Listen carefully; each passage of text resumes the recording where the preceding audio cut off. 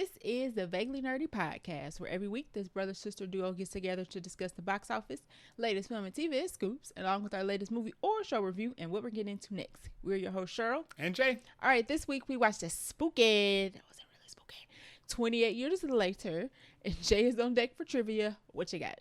Okay, so the trailer, 28 Years Later, and a part of the movie has the reciting of a poem read very spookily. Yeah. Called Boots. Okay. I know what it is. I don't even have to ask you what part because I know what it is. Okay, so this poem is written by an author who is known for writing a very, very extremely popular children's novel that has had movie adaptations.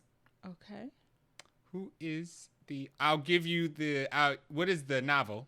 What is the novel? Children's novel. Okay. And I'll give you extra points if you guess the author. Chronicles of Narnia. No. Okay, so we're talking about old. Like old. Yeah. Like Chronicles of Narnia is pretty old. Older. Dr. Seuss. Older. But, okay. The Bible? No, I'm sorry. Bible's not a children's novel. They've adapted it to children's stories. How have you know? A children's I used to have this on VHS when I was a child. The adaptation? It's had 3 different movie adaptations. The Land Before Time. Not a novel, I don't think. But okay, close. This was one of my favorites. I watched it all the time. Has animals in it. I just said Land Before Time. Okay. Just not Jurassic Park. Non-extinct animals. It's not. Non-extinct animals that you liked? That weren't Power Rangers or Transformers or gargoyles? Yes. And weren't dinosaurs. Mm-hmm. Fish? Dogs? No. Need a hint? Yes. Okay. It's not Tarzan. That didn't help me whatsoever, actually. Tarzan got a lot. Well, I don't know. Monkeys? I don't know what came first. Let me Google. Jungle Book? Okay. Yeah. Jungle Book. So the writer of Jungle Book. Yes. Who is? Oh no, man! You got the answer right. The OG. Okay, you're right. That is pretty old. Yeah. I don't know who wrote the Jungle Book. I know, but Rudyard Kipling. Oh, Rudyard he wrote Kipling's this The Jungle Book. creepy poem. Well, he's a novelist and a journalist and a poet. But I guess if you probably read it normally, it wouldn't sound creepy. But the way it's in the movie is kind of like.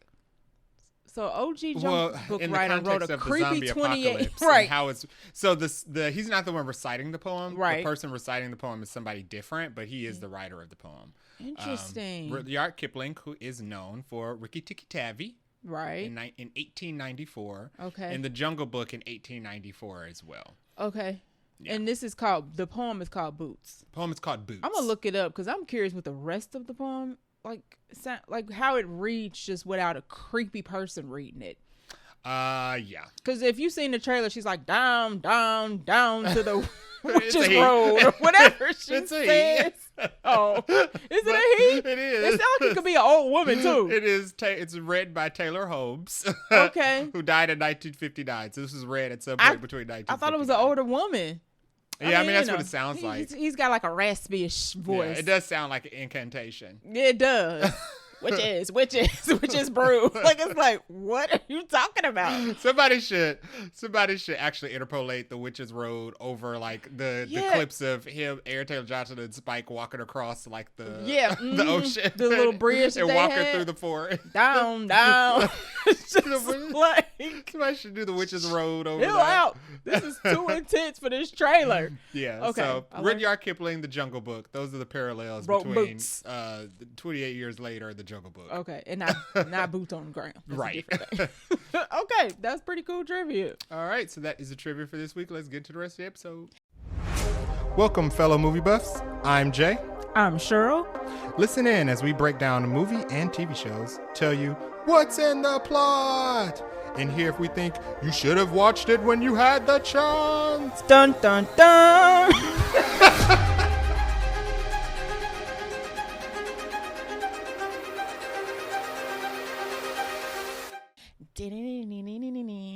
So this week the news was a little light. Well, let me take that back. The Buncha Crunch is kind of full. New movie announcements was kind of light. And then we have one trailer in the trailer park. and then we'll get to the Buncha Crunch. So let's start off at the top here. Silent Hill, the scariest video game on earth, at least according to me, is getting another movie adaptation, and it's coming out next winter, January 2026. So the movie's going to be called Return to Silent Hill. This is the third adaptation of the game. It is a horror video game. And I put all those horrors there because there's like light horror video games. Yeah, Silent Hill is one of those video games where you don't have a way to defend yourself. The whole point is just to wander around and be scared. It's worse than Resident Evil. Resident Evil, you have guns. Yeah. Mm-hmm. Now, who has the thing that's walking around that you can't beat that's like... Pyramid Head? Okay, that's Silent Hill. So the other guy must be Resident Evil. The guy that like just shows up and he walk around and his footsteps is real jacket? Heavy. Okay, that's Mr. X. He's from Resident Evil. Okay. But Pyramid Head is the one... Pyramid Head is the half-naked dude with the prism on his head. But the pyramid is like as tall as his body. And a giant axe. Oh, it's... And they also have the Silent Hills where the zombie nurses are from. Yeah. The nurses that don't have no faces. Terrible. Sorry. The video game is very scary. When I say terrible, I mean it's very scary. So it's been 20 years, actually, since they've made a Silent Hill movie, which, I mean, I feel like this is a good enough gap for all the people who are kind of like, we don't like remakes and sequels. It's been 20 years. Shush. This will be directed by Chris Gaines, who directed or Chris Gans. Gans? I don't know. Christopher, who directed the first one. So they got the OG director back. So this is going to follow, and I guess this is how the game goes. James, who is a broken man after his relationship with the love of his life, Mary, ends. A mysterious letter from her calls him back to Silent Hill. This town don't even sound like a place. Wait, so that's the plot of the one that's coming out? So they're just remaking the first movie? Sounds like it. Okay, you don't sound very happy about that. The first movie was not good. And now, he's responsible for it, which means they're bringing him back to for a redo. That's what it is. For a movie that nobody saw. Yeah. Well, according to Deadline, this one was like, the first one was a smash hit.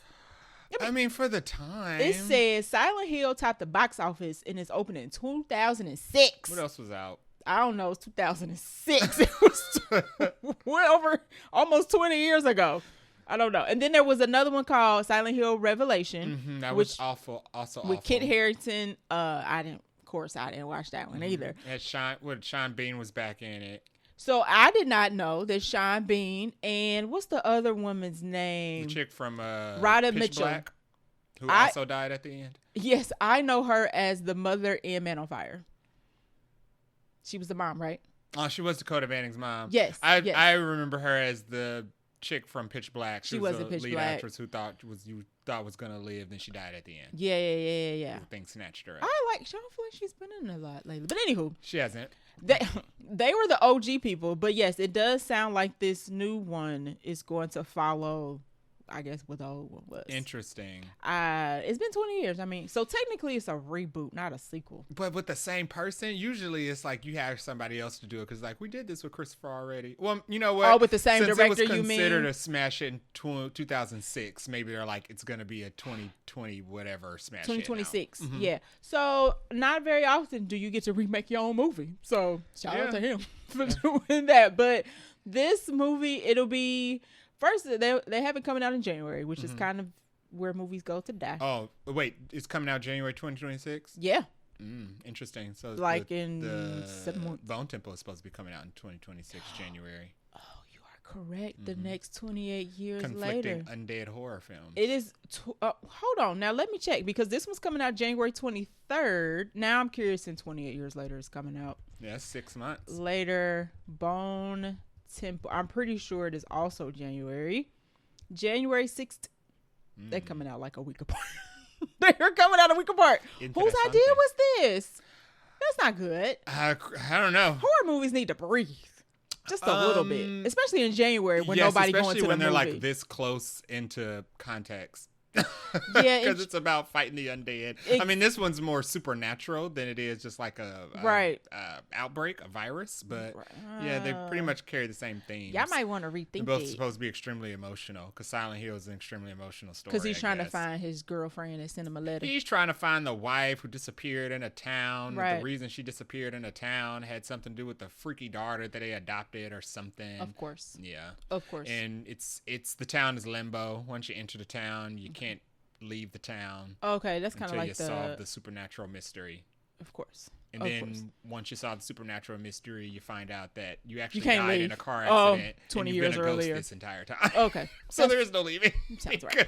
Sounds That's right. what Silent Hill is always about. This is one of them games that I see clips of and be like, absolutely not. Yeah. Never. So I'm curious of how this video game adaptation is going to go. I mean, like, as we always say, that's the new thing. I don't know how the last Until Dawn didn't get really well received. I don't think Until Dawn got well received because they tried to come up with their own original story. It was not like the game. And people would have rather it just have been like the video game. Right. Yeah. So, yeah, are you going to watch this? Is this up your alley?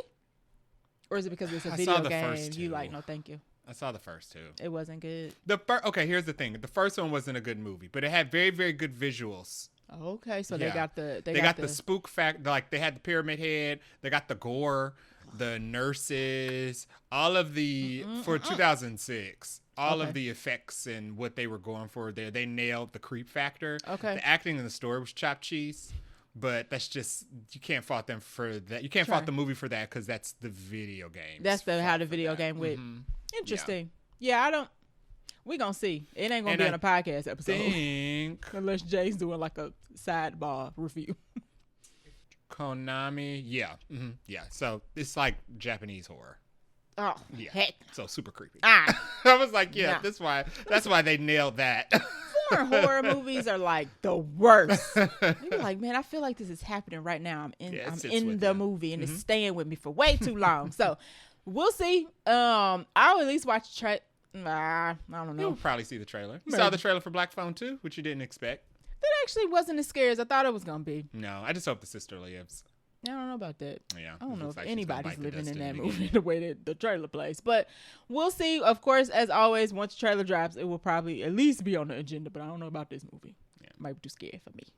All right, so that is all for movie news we have this week. Let's roll into the trailer park. Toot. Beep. So we have one whole trailer. It's more like a Pinto. It's not even like a full-size car. I know what you did last summer. It is I don't know if this is the first official trailer because maybe the first one was a teaser. I considered the first one a trailer. Okay. It was long enough. Guess what? It actually don't matter because it sucks. Yeah, it's bad. It is coming out July 18th, so we got about a couple weeks. It's sandwiched in between two superhero movies, which I think is a dumb idea. Film. Sure. 4th of July.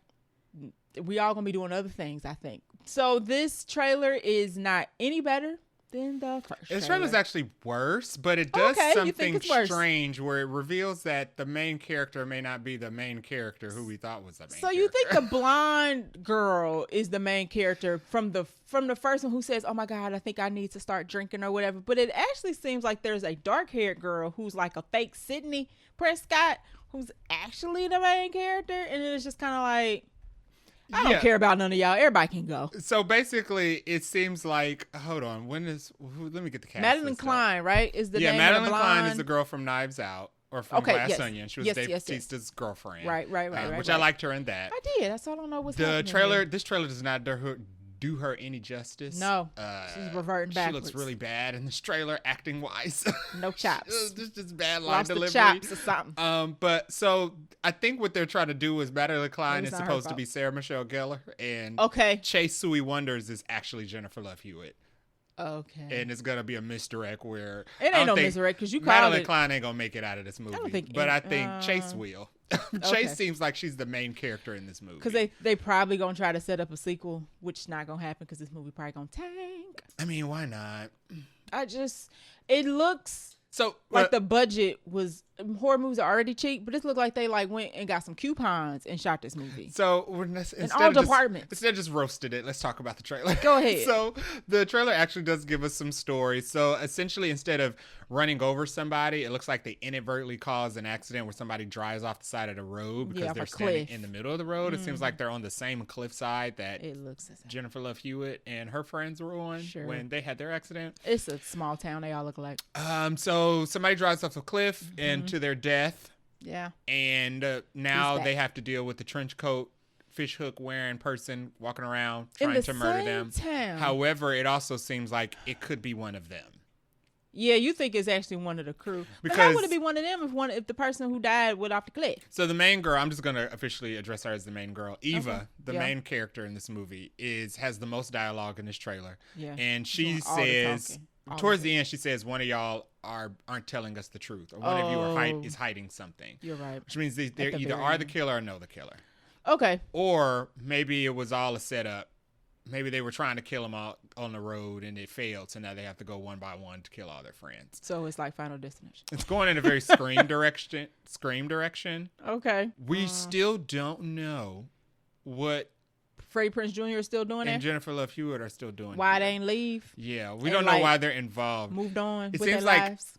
It seems like Eva has tracked down Jennifer Love Hewitt because Jennifer Love Hewitt has also survived a serial But she's killer. giving very generic advice of like, you have to get him before he Because gets you. what Well, would make- obviously. Because why would you seek her out just because she survived a serial killer who had the same getup? Like, She's not an expert. She survived one, not all yeah, of them. and hers was a very like controlled situation. It was like it wasn't like a serial killer who was like globetrotting, like in Hard Eyes, how he was going across the country killing everybody who was in love. Like, no, this person just wanted her and her friend group specifically. And this new killer don't want her. right. So She ain't got nothing to do I don't know with why this. you would seek her out. It's just kind of like, and she give her. I was like, I hope she ain't pay for that advice because it was weird. Go to like a dojo and learn self-defense. Why are you going to Jennifer Love Hewitt, who looks like she's a teacher working at a university? Who's like, why over would you it. seek her out? She looks over And it. she looks annoyed. Freddie Prinze Jr. looks over it. Everybody looks like they just here because they got the rent is due. But like I said, we're back in the 90s where Scream is out and the Scream movies are good, and I Know What You Did Last Summer is out and they're bad. And It's like status quo has returned. great Balance has value. returned to the universe. It's like a Neapolitan with no brand. And it ends with a horrible, horrible line reading of Jennifer Love Hewitt saying, "What are you waiting for?" And she don't even put like the oomph behind it. It's just like, but what are you waiting for? Like, I'm waiting for this movie to come out so we can stop seeing these trailers. I don't even feel like they've been promoting it that much either. But That's the bad part. I'm absolutely gonna go see this garbage. I'm actually gonna go see it. It's a slasher. It's something else on our schedule for that. It's a slasher, and I watch all the Screams, and it's within tradition. If you watch the Screams, you have to watch the I Know What You Did Last Summer so that you can point and laugh. Pull up the podcast schedule. Okay, I have it as a question mark, so I guess I slided it in there. It's gonna be fun. At least we get Be to watch. fun to talk about. Yeah, we get to watch dumb people get Chopped cheese. chopped cheesed. Sure. Whatever. All right, so that is all we have at the trailer park. Let's dive into this Buncha Crunch. All right, so we got a lot of Buncha Crunching. A lot of it's casting news or just general updates about movies that are already been in production. Yeah. So first one we have is Dan Trachtenberg is going to bring. Okay, you ain't seen. It's too late. I've already put it on the agenda. He plans. It's actually not a spoiler. I'm going to keep talking. What have I not seen? You have not seen Killers. What is the Predator Killer of Killers? Yes. No, I haven't watched it yet. No. Okay, so this is not really a spoiler, so I'm going to just act like I didn't pause. So Dan Trachtenberg plans to bring back Naru for his next Predator film. Now, Naru is from Prey. Yes. Mm-hmm. Which Amber Midthunder. correct, and everybody really liked that. So we Yes. were all kind of wondering if we're going to see her again, if we're going to see her again. He Glad says she got something after that awful Roswell reboot. yeah, I like her. She Yeah. was also in something. Oh, she was in Novocaine. Yes. Yes. Mhm. Okay. But Dan says depending on how Predator Badlands performs. So he's been busting out a lot of Predator stuff. Mhm. Like we just mentioned, Killers of Killers is out on Hulu, which I watched, which was actually pretty gosh darn good. So if you haven't seen it, check it out. Yeah. So Amber Midthunder is coming back for Prey. I like all of this. Yeah. And he's doing very good with all of this, like the revamp. And then if we can get them and Aliens together, we can just have a little Alien versus Predator movie. Yeah. Mm-hmm. Interesting. Like, why not? Why not? We here. We are here. We are here. I think it's good that all of like Prey is back, Yep. Predator is back with Badlands, and Yes. I guess Killer of Killers. Yep. Terminator is back, kind of. I mean, we kind of got the anime, but they haven't. We're waiting to see They if they're going to could. follow up with that. Yeah. Aliens with Fede Alvarez. We got the sequel coming. People are saying that Gareth Edwards did a good job with Jurassic Park. Yeah, So I believe it. I feel like all the legacy franchises are secured. Sidebar about Jurassic Park. They said that the budget was like $5.15. Because it's Gareth Evans. Right. They said it was like 180 or something. And I was like, it was probably actually 200 and he gave 20 million back. Like, I don't need it. Yeah. Like Gareth Edwards, he's like the good RX of movies. The change. Here's your change back. Right. Or let me keep it as a bonus. He's good at making a blockbuster on a budget. I'm super excited about Jurassic Park. Yeah. So I still have to put Killer of Killers on my watch list. It's good. It's an easy watch. I've seen clips of it. I've seen one clip of it of the Japanese era. And it looked pretty good. It's good. So yeah, I'm excited about that. Quite enjoyed it. And every time I see the Badlands trailer, it's just like great. It's so good. It is. And they have banners going up at Comic-Con, so we hoping there might be a panel. Yeah, we had fun at the Alien Romulus panel. That was fun. We got good clips and we got face huggers. Mm-hmm. So hopefully we get merch. And we got some IMAX upgrades. Yeah. We take some of those. We need some Predator merch. Okay. I'll take a t-shirt. Next group of Crunch. Glenn Close has been cast as Drusilla and Billy Porter has been cast as Magno Stift in The Hunger Games Sunrise on the Reaping. They keep stacking. Hamage prequel. Yes. That is about Woody Harrelson's character. Correct. Younger. I don't know who these two people are. I don't. I just know. I think Glenn Close was rumored, but this week it became official. I just know this cast keep getting stacked. Yeah. It's like you cannot not see it because of all these people in it, and you got at least 4 people you probably like because that's how big this cast listing is. So I'm excited for this. I'm debating on whether I want to read the book or not, but I might save it. That's not necessary. I might save it after. I read the Hunger Games books. I don't think it's necessary. I think the movies do a very good job at surmising it all up. Okay. You saying don't read because they're not as long as like Harry Potter, so they don't. It doesn't feel like as much as getting cut out of the book for the film because the books aren't that long anyway. Okay. Yeah. Okay. But the movies do well, and Hunger Games has a really strong following. I like the last one. Would not have expected this movie to branch. I mean, I would not have expected from those first 4 Hunger Games movies, they're based on the 3 books, for them to branch out into like this many prequels and sequels. Oh, listen, this is like its second prequel. Lionsgate is milking this to death. I mean, so it's doing that's good. The only thing they got that's doing good. This is like the one young adult. This is like the one young adult genre of film that's keep going. Lasting. Yeah, you're right. So they should. I mean, young adults deserve these little movies. So that's good. Although we talked about it earlier that they're supposed to be doing a Maze Runner reboot. So maybe that'll be as good when it comes back as well. I feel like it's too soon. I feel like they shouldn't even do a reboot and they should just do a continuation. Sure. Dylan O'Brien's still around. Sure. Yeah. I don't need a reboot of that, but a continuation I'll be down for. His friend, I can't remember the name of his friend, but the actor who played his friend in Maze Runner that ended up dying in the 3rd one after he turned. Oh, yes. I know you're talking about. He's supposed to be in talks for some role in the X-Men. So it's exciting for him. I think I did see that. Maybe he could be a newer Nightcrawler or something. Okay. Yeah. I liked him. He was good. He was good. Cool. All right. Next group of Crunch. Tom Harries lands the role, the titular role of Clayface in the DC Studios adaptation of Clayface. That is supposed to be directed by somebody, but James Watkins. Yes, because it was partially written. Yeah, almost written. According redone. to him, he was finished. Yeah, Michael Flanagan. Yeah, Mike Flanagan said that he turned in his treatment and it was completely and then finished. The story came out that they was like rewriting. They didn't like it, so I guess he said they're rewriting the whole thing. Updates. He gonna have a credit, but we'll never know the percentage of what movie got or how that movie got rewritten. I don't know who this guy is, but congrats to him. He seemed a little young. Who, the director or the Tom who's playing Clayface? Let's see. I don't know. I'm not familiar with his works. He looks young. I thought they would go for somebody older.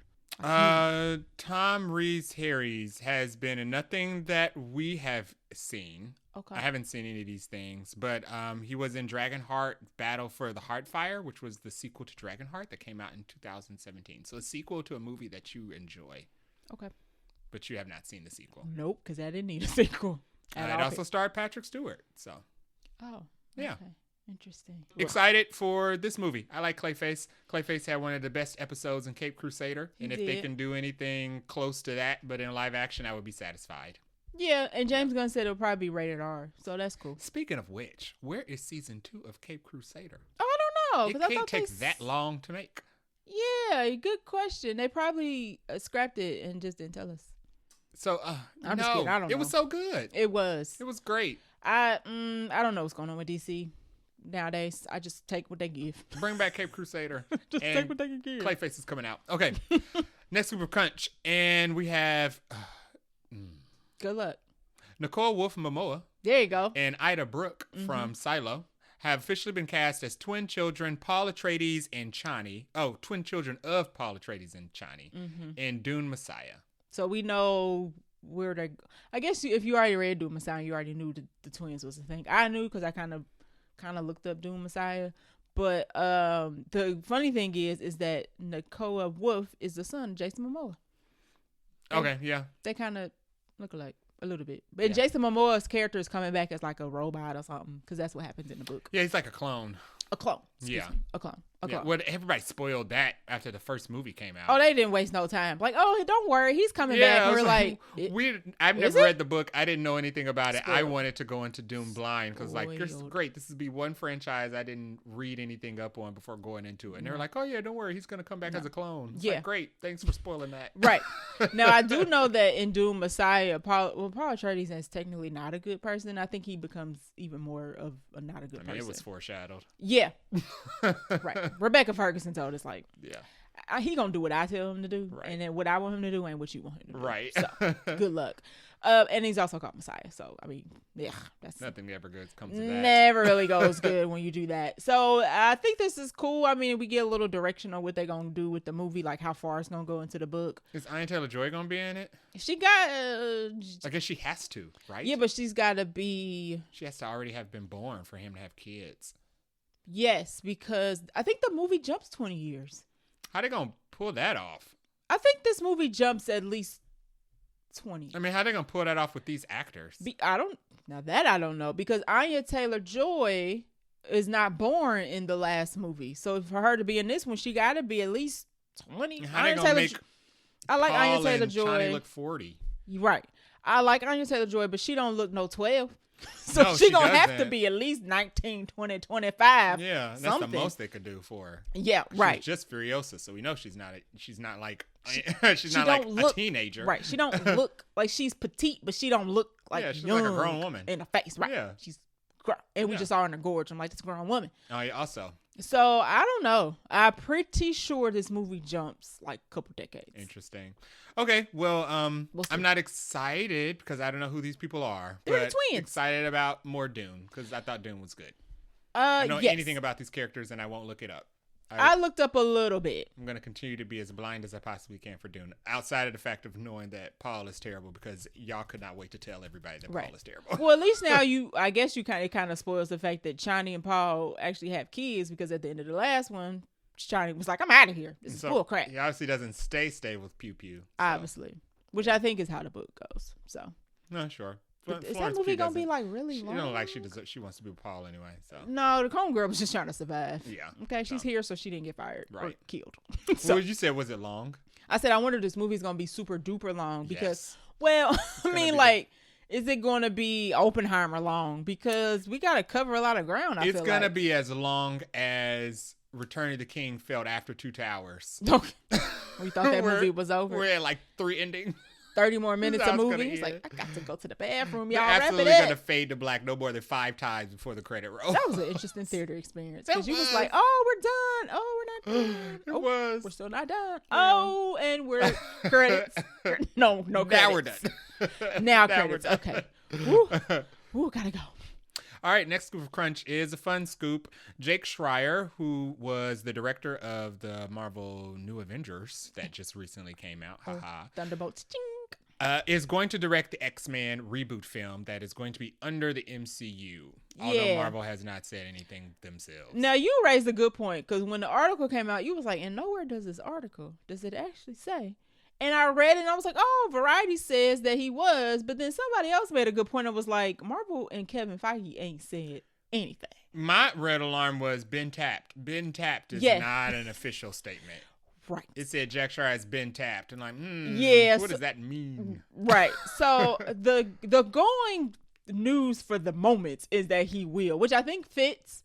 Thunderbolts was good. Thunderbolts was well received. I know everybody's talking about, they make his budget back over there. I don't care. Disney got it. So him directing X-Men, another team up movie, makes sense.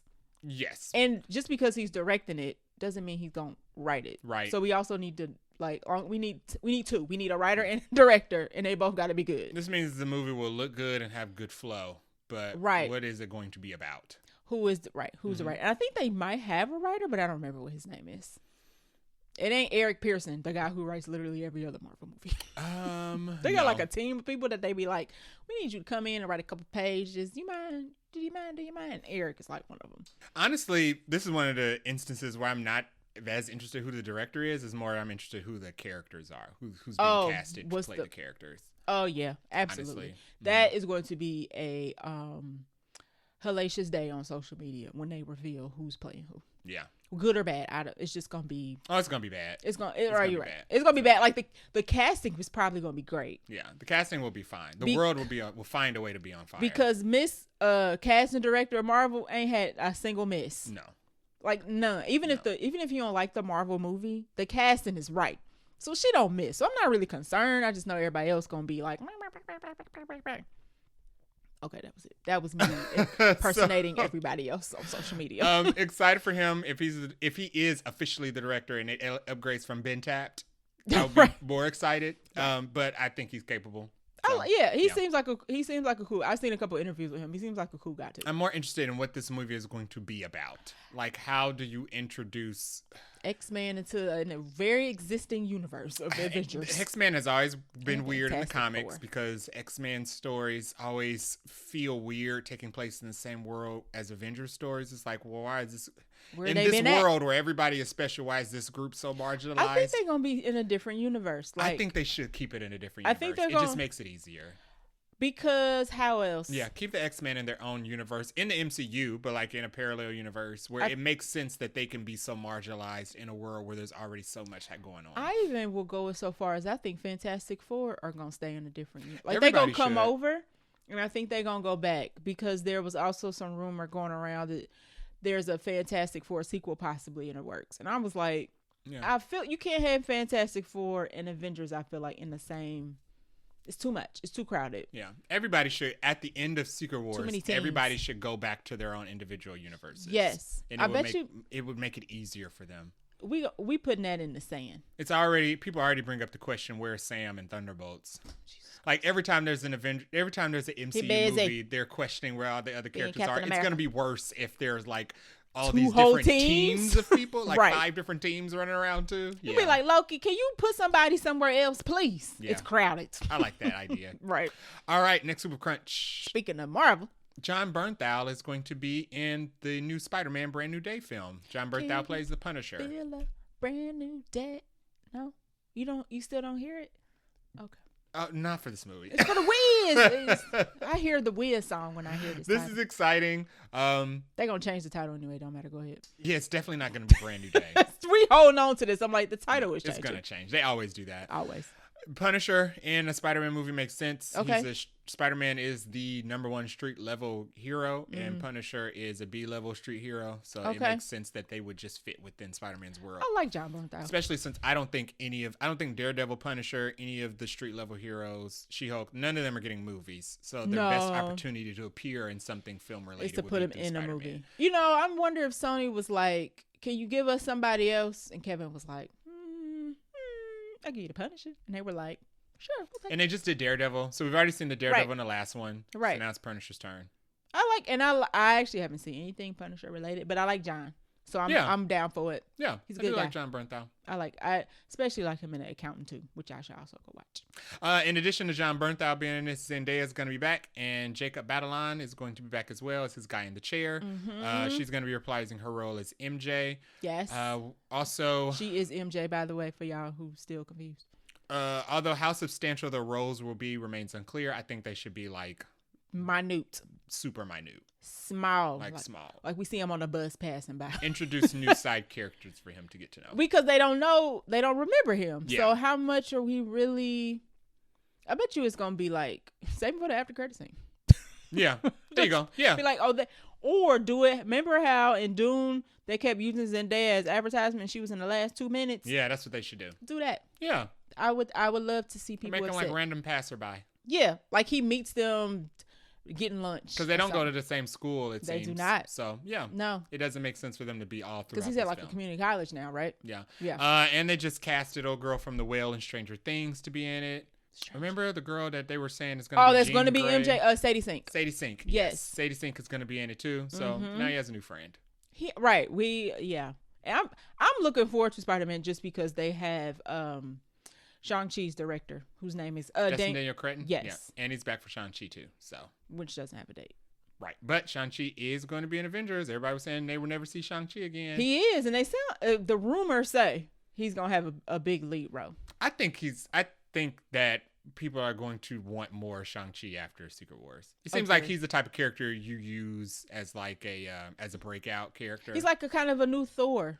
Yeah. A little bit. Yeah. Like, because, Thor wasn't top when we got Avengers, but then afterwards we was like, Thor Ragnarok? Yes, please. He's one of the characters that you learn to love more when he's around, like an ensemble cast. Even though I like Shang-Chi a lot. I thought that was a good movie. It was good. Especially for a solo. Yes. Not really sidebar, similar related. There was another rumor that said that Blade 1 was still in the works. And I was like, sure.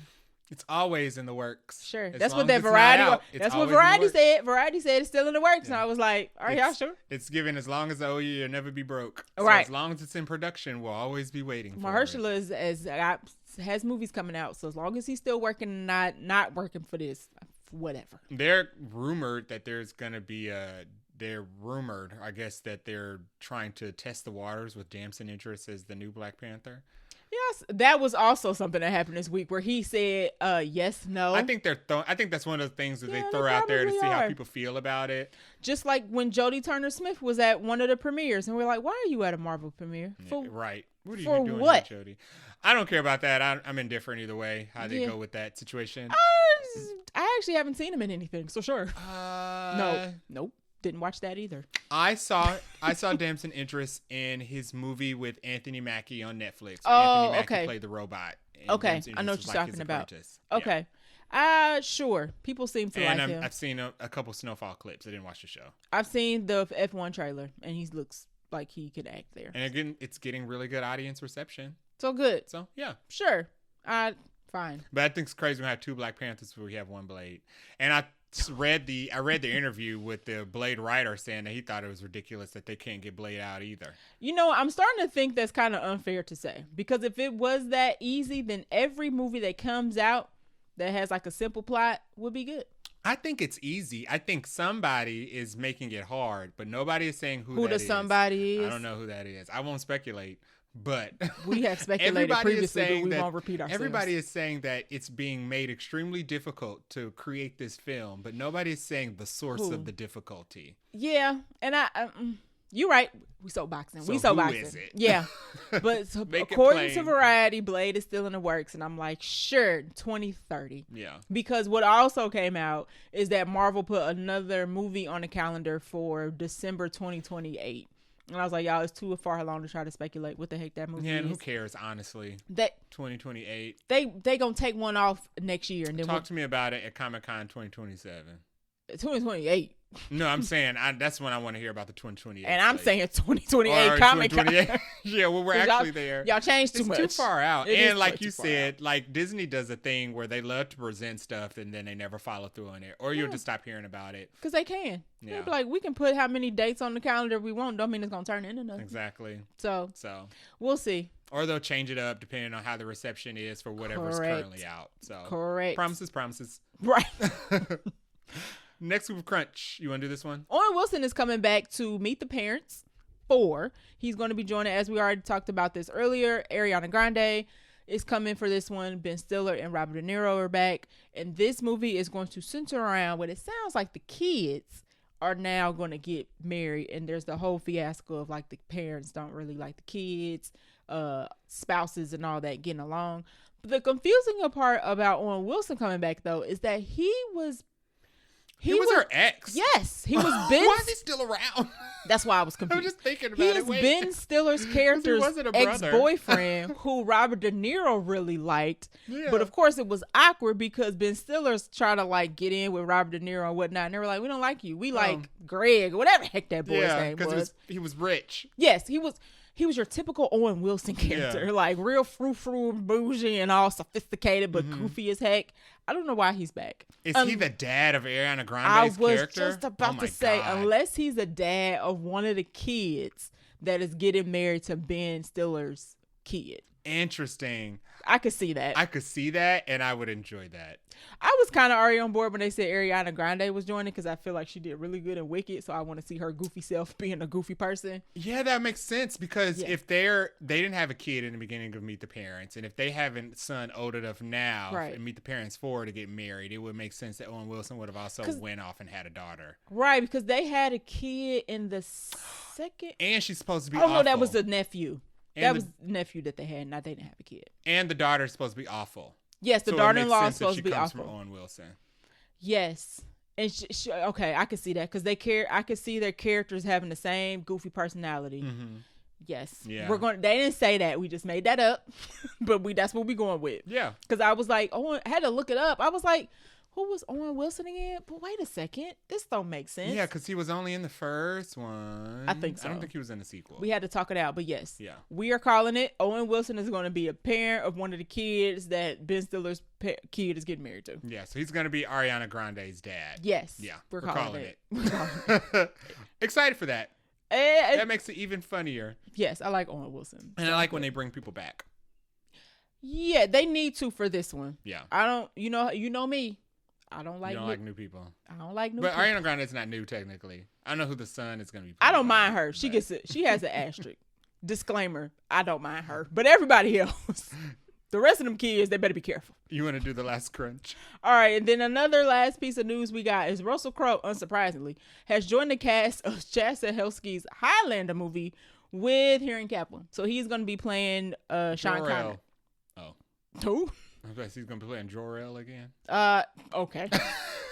You made the connection. If you don't know Cal who- and Jor-El are back. He's going to play Henry Cavill's dad figure like he played his dad You must in be a Superman. symbol. He's going to tell him, you must be a symbol. Something for them to strive for. You know what? It's funny if you go back and watch that Superman movie, how much I realized he's in that movie. I was like, Yeah, he's in it a lot. He's in the first For whole a dead like, person. Yeah. And he come back in the end. It's- So the sad part about it, he's some people's favorite moments in that movie. yeah, the beginning and the end, essentially, because that's where Russell Crowe was. I'm not surprised by this. Russell Crowe is giving me very like, sure, I'll He's a sign good up. actor. He's always playing a dad and mentor. He just played- just in Craven. Yes, he literally just played an awful dad in Craven. He's always I'm playing like- a mentor. Russell, what are we doing here? He's like, you know what? That is easy. It's probably easy money for him. Yeah, absolutely. Because he probably just comes in, shoots for a day. Right. They get all his stuff out at once. And I wonder if he also brings in some of the crowd because he's Russell Crowe. Maybe. Yes. You think he got a little pool? I don't think Henry Cavill has a pool. I think Not he was anymore. popular as Superman. Right. But then walked away from The Witcher. So he hasn't had anything since then.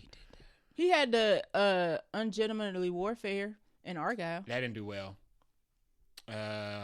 He had Mission Impossible, which did well, but people didn't know he was going to be as good in until people saw him in it. And he's literally one of the best parts of that movie. Argyle was terrible. So Yeah, he need a win.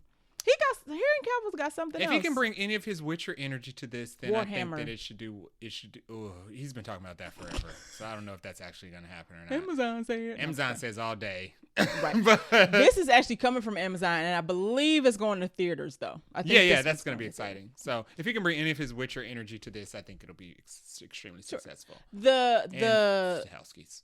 it'll have budget, if anything. That's who's bringing it in. The Stahelski's. Those are who's bringing in the crowd.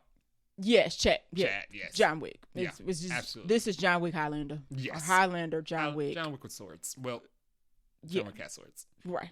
Yes. He's got a lot of things. There can only be one. Right. So yeah, that is it for our news this week. And we're going to take a short break, and then we're going to dive into our review for 28 Years Later. This week we watched 28 Years Later, which is the sequel to 28 Days Later and 28 Weeks Later, which are horror movies which came out 28 Days Later came out in like 2022. Yeah. It's pretty up. Pretty up. So this is what is considered a legacy sequel. 2002. Sorry. 2002, and this is considered a legacy sequel because it's been so long since the sequel has come out. Yeah. It was released, this one is released June 20th, 2025. The director is Danny Boyle, who directed the first 28 Days Later movie.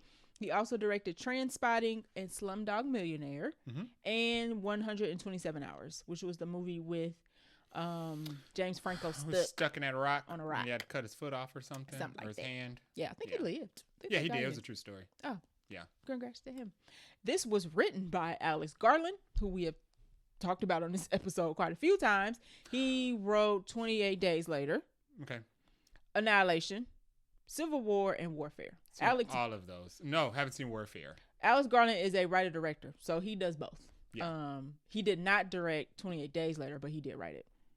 Okay. And he is going, Danny will not be directing the next one, but Alex Garland is writing the next one. Okay. So they all keeping it in the family, essentially, for this movie. Cast and characters for 28 Years Later include Alfie Williams plays Spike, who is the son of Aaron Taylor Johnson's character, and Jodie Comer's character. Jodie Comer plays Isla, who is the wife of Aaron Taylor Johnson's character. Aaron Taylor Johnson plays Jamie, the husband of Isla and the dad of Spike. And then we have Ralph Fiennes, who is Dr. Ian Kelson. Yes. Who is a survivor of the outbreak. Yes. And that is it. Now, there are more people in this movie, but they come and go. Yes. Or die. As they do in 28 movies. As they do in zombie movies. I'm sorry. They're not zombies. They are They are the infected. Yes. Let me call them their proper names. Infected. They look like zombies. The runtime was 1 hour and 55 minutes, which was perfect. Yes. Didn't need to be too long. Yeah. I think it's the runtime. I just watched 28 Days Later 4 days ago. So it is super fresh. I think it is also like 1 hour and 55 minutes. Okay. I'm not sure about the middle one. I'm assuming they were the same. Budget of $60 million. So cheap because it's horror. Yeah. In terms of horror movies. And they shot on an iPhone, an old iPhone at that. Bunch of iPhones. Yeah. Like 200 iPhones. Yeah. But they probably got them cheap. off of eBay. It's like $1,200 per iPhone. They got it. Current box office domestically, opening day was $14 million. It is projected to do $31 to $33 million for the weekend domestically. I don't have international numbers. So, we'll see. It better make it this weekend because Megan is coming. So, next weekend is Megan and F1. Oy. And then the weekend after that is Jurassic Park. Oy. Excuse me, Jurassic World. And then the weekend after that is Superman. Yeah. And then 2 weeks after that. So anybody who didn't see it this week ain't seeing it. That's what it movies seems make like. their most money that first weekend. Because I don't think Megan and F1 are going to be sharing very many screens for people to be seeing 28 years later on. They're going to take up the screens, if anything. So, yeah. And opening weekend at prime hour, 7:05 p.m., which is like prime nighttime movie time, we only got the tiniest theater for this movie. Yes. Yeah. Yeah. It was literally playing once every hour. Yeah. Like I could have bought that screen at hour. Walmart. That's how tiny that screen was. Yeah, it was not, and we was low to the ground. It was little. Never sitting there again. So I would sit one row back. But anywho, it was not crowded. No. Like our row was full, but the rest of the theater not crowded. I hope it makes its money back. We hope it makes the sequel has already been greenlit, or should I say, the sequel's been greenlit. That third movie is hinging on the success of this one. Correct. So this is actually supposed to be a trilogy. So it's going to be 28 Years Later. 28 Years Later, Bone Temple. And then the third one has not been started, greenlit, and we don't have a title. Danny Boyle said he's only going to be able to make the third one if this depending one does on how well. this one goes. Right. He literally said that. Said that in an interview. I think twice. On the red I carpet. think they asked him multiple times. Yes. So I don't know. Yeah. The movies need to make 2.5 to 3 times their budget. So this one needs to make like 120. Do the math. Yeah. At least 120. At least 120 is double the budget. Because they were actually marketing this, so.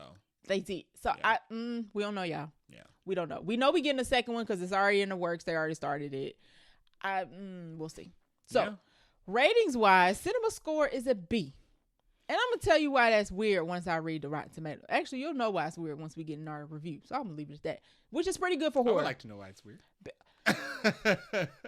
Hold on, let me finish. So B is pretty good for a horror movie. Okay. That's good. So we good there. Rotten Tomatoes, the critics, 89%. So majority of critics liked it. You can say 8 to 9 out of 10 critics like this movie. It debuted with 100 though. It did. And with a lot of reviews. It dropped, not tanked. It dropped a little bit. It's as more critics are putting in their scores, it's dropping a little bit. The audience score, however, is at a 66. Mm-hmm. Not the popcorn bucket ain't knocked over in green, but it also ain't certified whatever they call the audience score now. Right. It ain't certified fresh. Yes, no, it's just a regular bucket of popcorn. I checked the Rotten Tomato score of the middle movie 28 weeks later. It is also at like a 60 something. Mm-hmm. That makes sense. The first one has like an 89. That makes sense. So the reception is just, and why I think the cinema score B is interesting is because usually the cinema score and the Rotten Tomato score, audience score, they kind of the same. Mm-hmm. Like if a movie gets like a B minus, then the Rotten Tomato score is around like a 70 or so. I thought this was gonna get like a C based on our review and based on the audience review and online chatter reading people's reviews and reactions. So I don't know who they polled, but whoever they polled liked this pretty well. Whoever went on Rotten Tomatoes and gave a score, not as many people.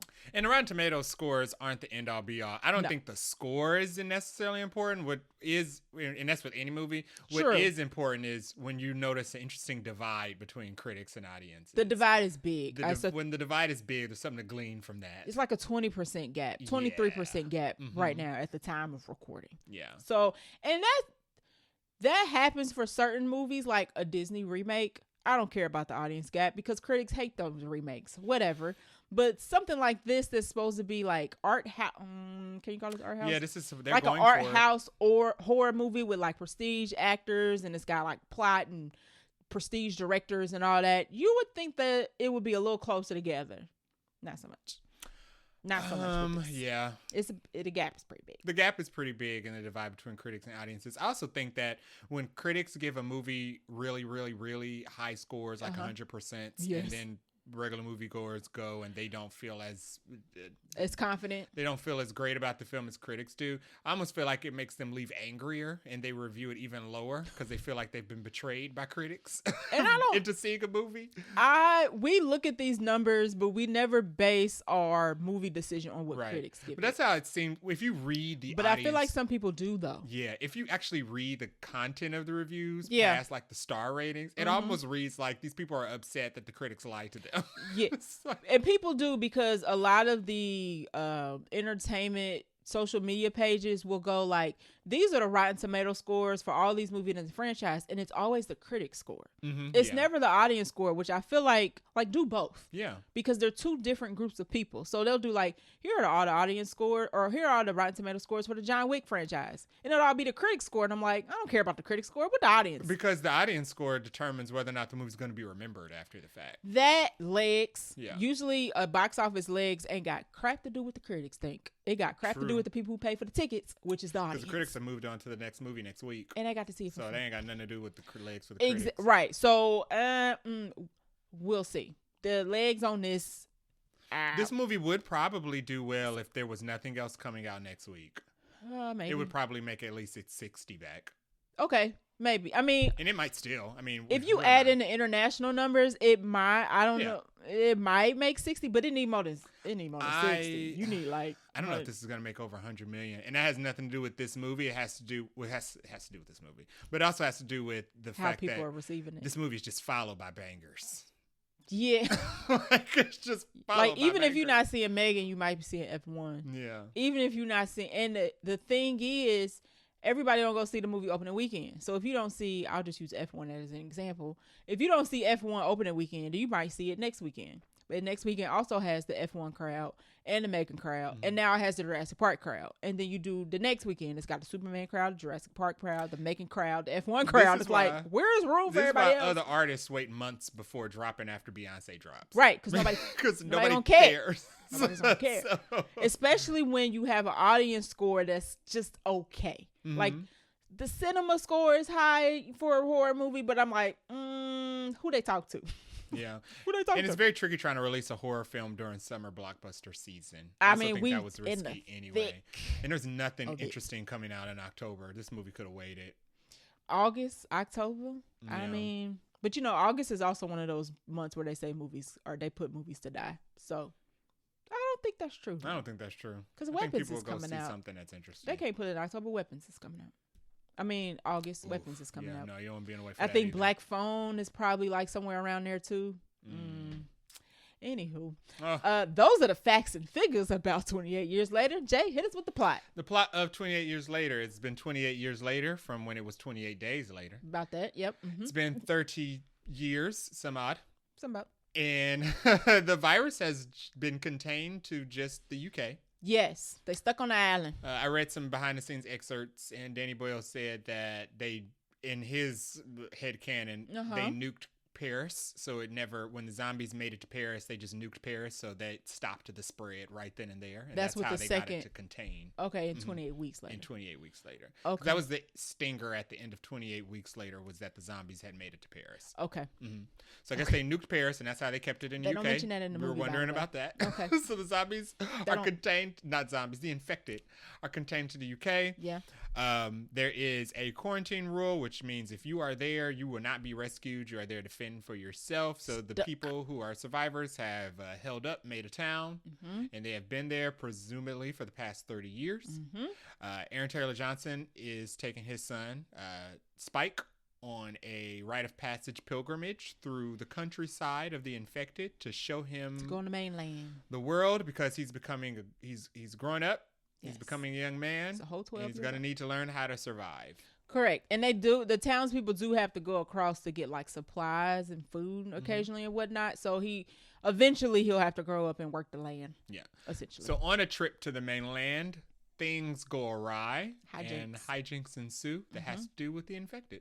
Yeah, that was a good summary. Yeah.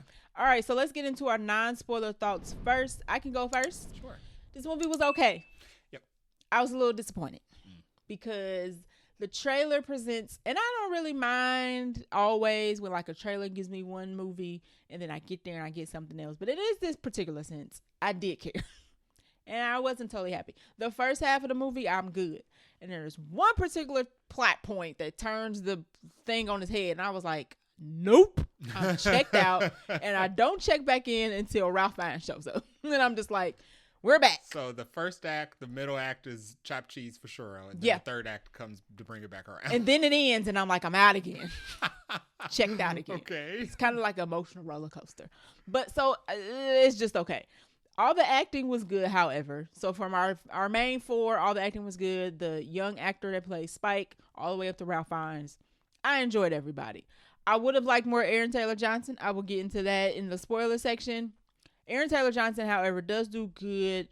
He's a very good emotional actor. When he needs to like bust out some anger, some tears, or some crying, or some snotting, or whatever, he pretty good. He did it in Nosferatu. It was good. He's good, and he brought a little bit to this, so I appreciate that. Yeah.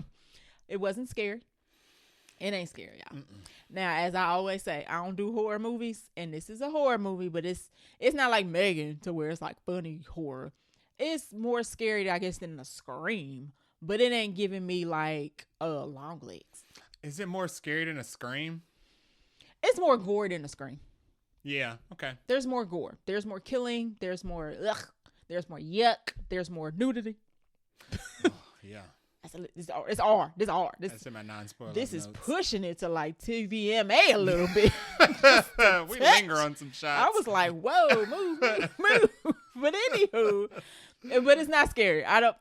There are all the jump scares are in the trailers. So if you are like, oh, I need to know where the jump scares are, just watch the trailer. They didn't change nothing about that. And then more explanation would have been nice, as you just explained. Paris was nuked. I didn't know that. No. That would have been nice to know. There are some other plot points in the movie. I'm like, is somebody going to explain why this happens? Because it's not making sense. However, I understand it's a trilogy, so we may get some of that later. But you kind of need to hook somebody in the first one for me to want to see 2 more movies of this. And I'm not sure that it did, but we'll get to that. And my last non-spoiler thought is, once again, it was just okay. That's all I got. What did you think of the first movie? I liked it. I would have liked it better if it didn't look like. I told you it was shot like that. It was shot on a Nokia. I told you it was shot like that. I told you going in. It looked like it shot on a Windows phone, y'all. And it was so distracting. But as far as the plot, the storyline, some of the beginning was kind of slow when Cillian Murphy's just like, hello. Like, dude, there's obviously nobody here. Shut up. It's getting annoying. But after that, who's our girl? Naomi Harris. After Naomi Harris shows up. That's how I feel about Ralph Fiennes in this movie. Okay. Sorry, that was the last 30 minutes. Actually, no, that was the last 15 minutes. 25 minutes of the movie. So that says something if that's how you felt the last 25 minutes of the movie, and the movie's like almost 2 hours. But anywho, after Naomi Harris shows up, it gets into high gear. I like the plot. The part about the soldiers, yeah, I know you. I hate. I forgot about that, so yeah. But luckily, the movie like stopped it before it got ridiculous. Like we didn't get like weeks later and they doing whatever they've been doing with them girls, and then somebody rescues them. We stopped before it even gets there. So I'm like, okay, cool, and they all died. So I was like, yes, y'all deserved it, death immediately. So overall, and I like the way it ended. So I was very pleased with the movie. So I guess that movie said, and since I just seen it, set a pretty high bar. So when we got to this, and I like Aaron Taylor Johnson, I like Ralph Fiennes, I like Jodie Comer. The trailer was selling it. I'm like, I'm about to be scared. I'm about to be like, put my popcorn bucket over my eyes, and the acting was good. I don't love the story, and it wasn't scary. So I was kind of like, y'all set me up. Interesting. This is a setup. Cheryl does not like horror. I don't. At all. This was not scary. So yeah. It wasn't like no jumps, y'all. I had no jump scares because they put them all in the trailer. I would say I jumped twice, but it didn't have anything to do with the infected. Okay. Well, my first jump was when that fox ran out of the house in the beginning of the pilgrimage. Okay. And it made like a human screaming sound for some reason. Human. Or maybe that was somebody in a theater. Infected fox. Oh, maybe. There was 6 of us, so yeah. Perhaps. Okay, so my non-spoiler thoughts. I'm pretty much going to echo what I said about Final Destination 6, where I feel like the critics came out, and I'm not one of the people who feels betrayed by the critics. I think critic reviews are funny. But right. I feel like they're data points. I feel like when the critic reception of this movie came out, everybody was saying the same thing they said about Final Destination 6 about this movie, where they're saying it's the best thing that's ever happened to the franchise. It stands above, it sits above. I think that this movie falls in line with the rest of the 28 movies. I don't think it stands above the first one for sure. No. I think it's better than the second one.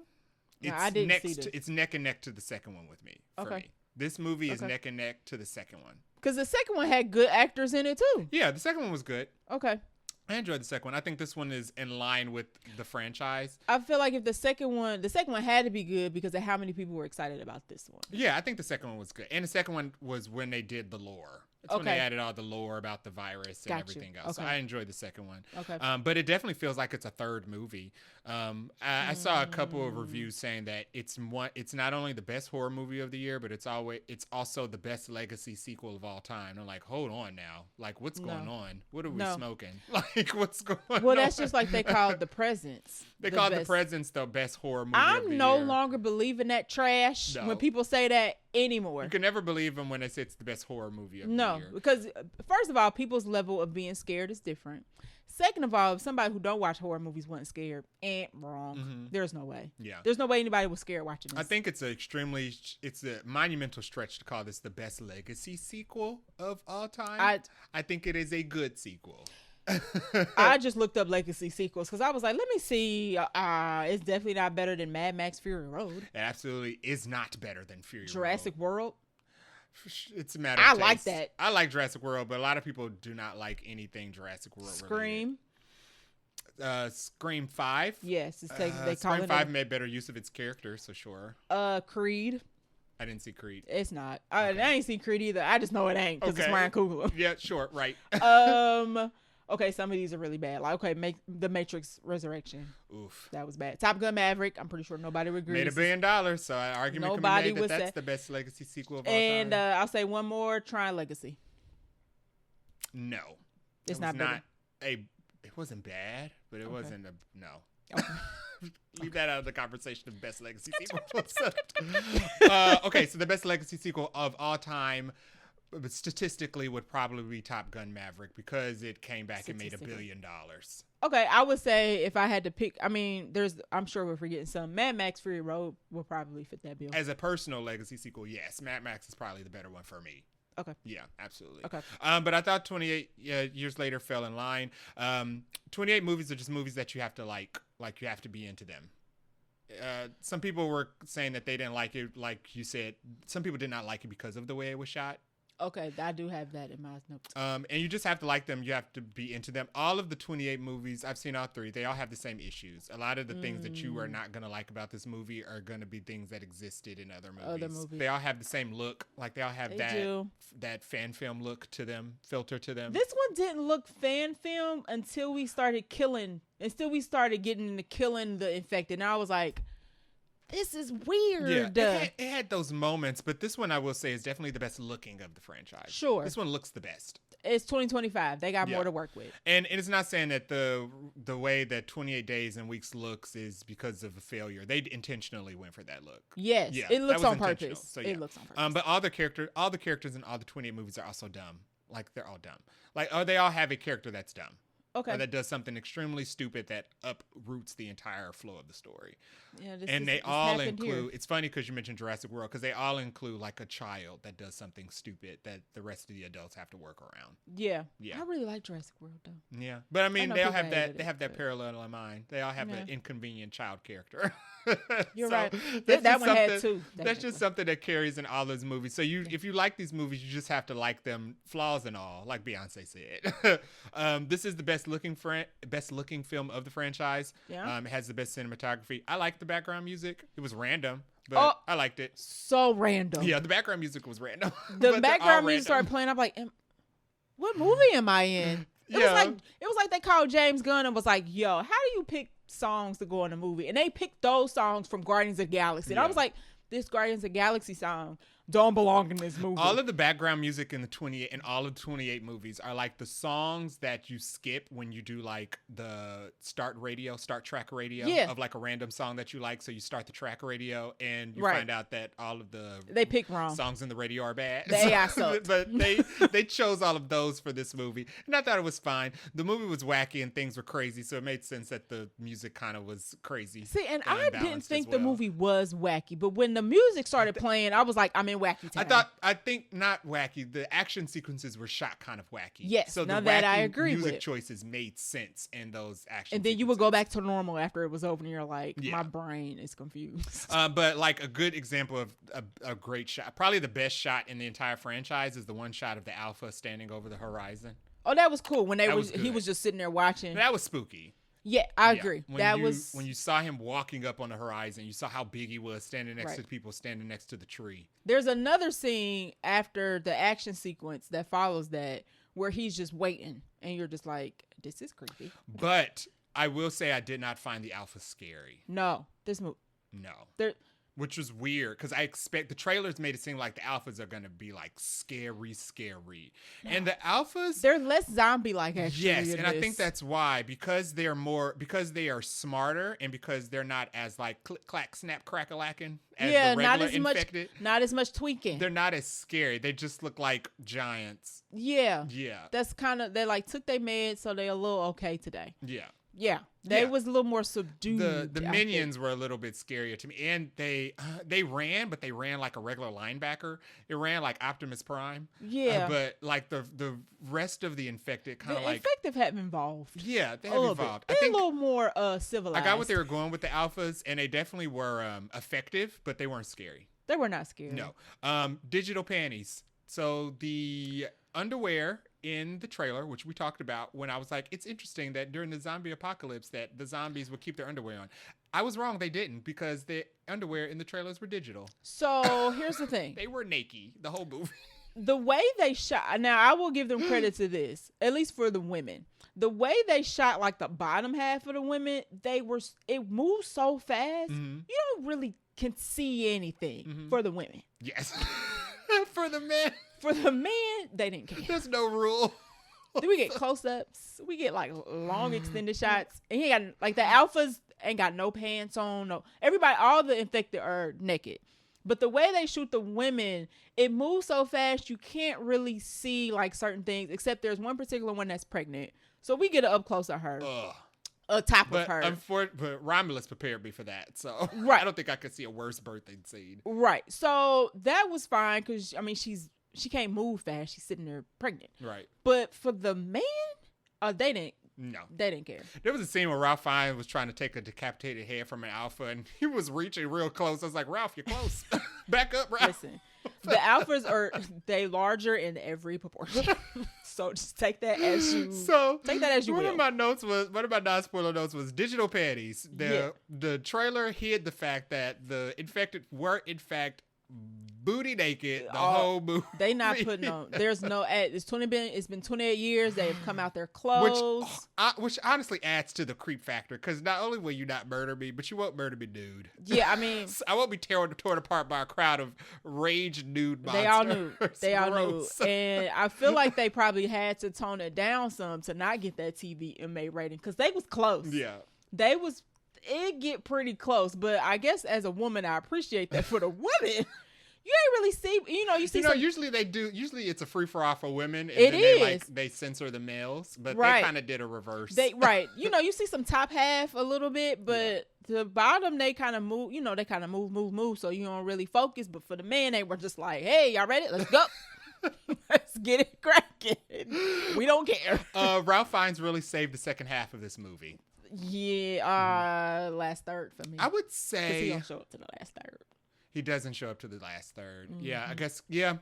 So he saved it. He saved the ending of this film for me. Sure. I disliked what I was seeing, but I liked the way it looked. Sure. Yes. It looked good. I didn't like how the movie was going, but I think it looked good. Yeah. And I liked the actors. And I liked the way that certain parts of the story played out, not all of it. Okay. But I didn't think it was scary, like you said. If you've seen any of the trailers, though, with the promotion material, then they spoiled all of the big scares in the trailers and stuff. There are like some little small scares where it's like an animal or something random happening in the woods that you kind of have to react to. Right. But all of the rest of the appearances of the infected were all kind of like telegraphed, like you saw it coming. Oh yeah. Or because they would be like off in a distance or something. Or they would announce themselves before they showed up. Yeah, like you would hear a scream. Right.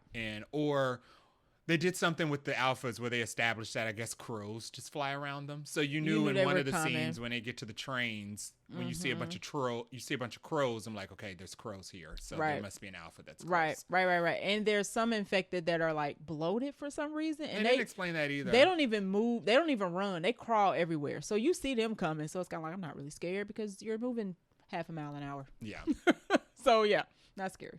Those are all my non-spoiler thoughts. All right, so that is it for our spoiler-free section of our review. We will now get into spoilers in 3, 2, 1. So we'll start off at the top with our first character, Alfie Williams, who plays Spike. He is our child actor here. He is 12 years old, which was a problem for me. And not until the second half of the movie. Okay. So the first half of the movie is pretty much how the trailer depicts. Him and Jamie, Aaron Taylor Johnson, are going off for Spike's rite of passage so he can learn. Typically, the lady at the gate says, we think he kind of young. We typically do this when he's 14, 15. I'm like, okay, that makes a little bit of sense. Maybe in 16, 17, because he's like a full teenager. He's had a little more life experience living in the village. Sure. But Aaron Taylor Johnson's like, he's good. He ready to go. So I guess since we're in spoiler, they never explained why he wanted him to go so early. They do not. I think once we get towards the end, fine. I can see why he wanted him to go early. I still don't. You have to pin that and explain that for me. I can see why he was like, he won't make it. He needs to learn before. Okay. He needs to know how to do this within the next 2 years, not wait for 2 years later. Okay, we're going to circle back to that. I can see why. We're going to circle back to that. Yeah. But the first half of the movie is that. And Spike is very much a 12-year-old. Like, he's been training, he's been learning, but once he get out there, he's nervous. He's like clenches up. He does his first kill, and you can tell he's kind of like, I don't really like killing. They get to another place where there's like a infected hanging upside down. And Jamie's like, kill him. He has a moment where he can't do it. There's like a chase scene. He's 12, right? So you're not mad. He's not annoying. He's learning, and he's being chased by infected people trying to kill him. So all that was good. And then there's a moment that Spike in the movie where Spike makes a decision where he wants to leave his dad behind and take his mother on a journey. And I was like, no, Spike, what are you doing? You are 12. Why are your 12-year-old self trying to do 52-year-old things? Like, it don't.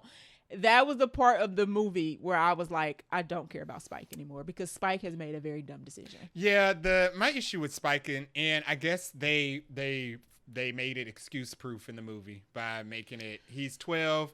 The only thing Spike knows is bows and arrows. Spike don't know nothing about nothing. And apples. So and apples. The only thing he knows is about bows, arrows, and apples, and outside is where the infected are. So he doesn't know. He's not smart enough to understand that.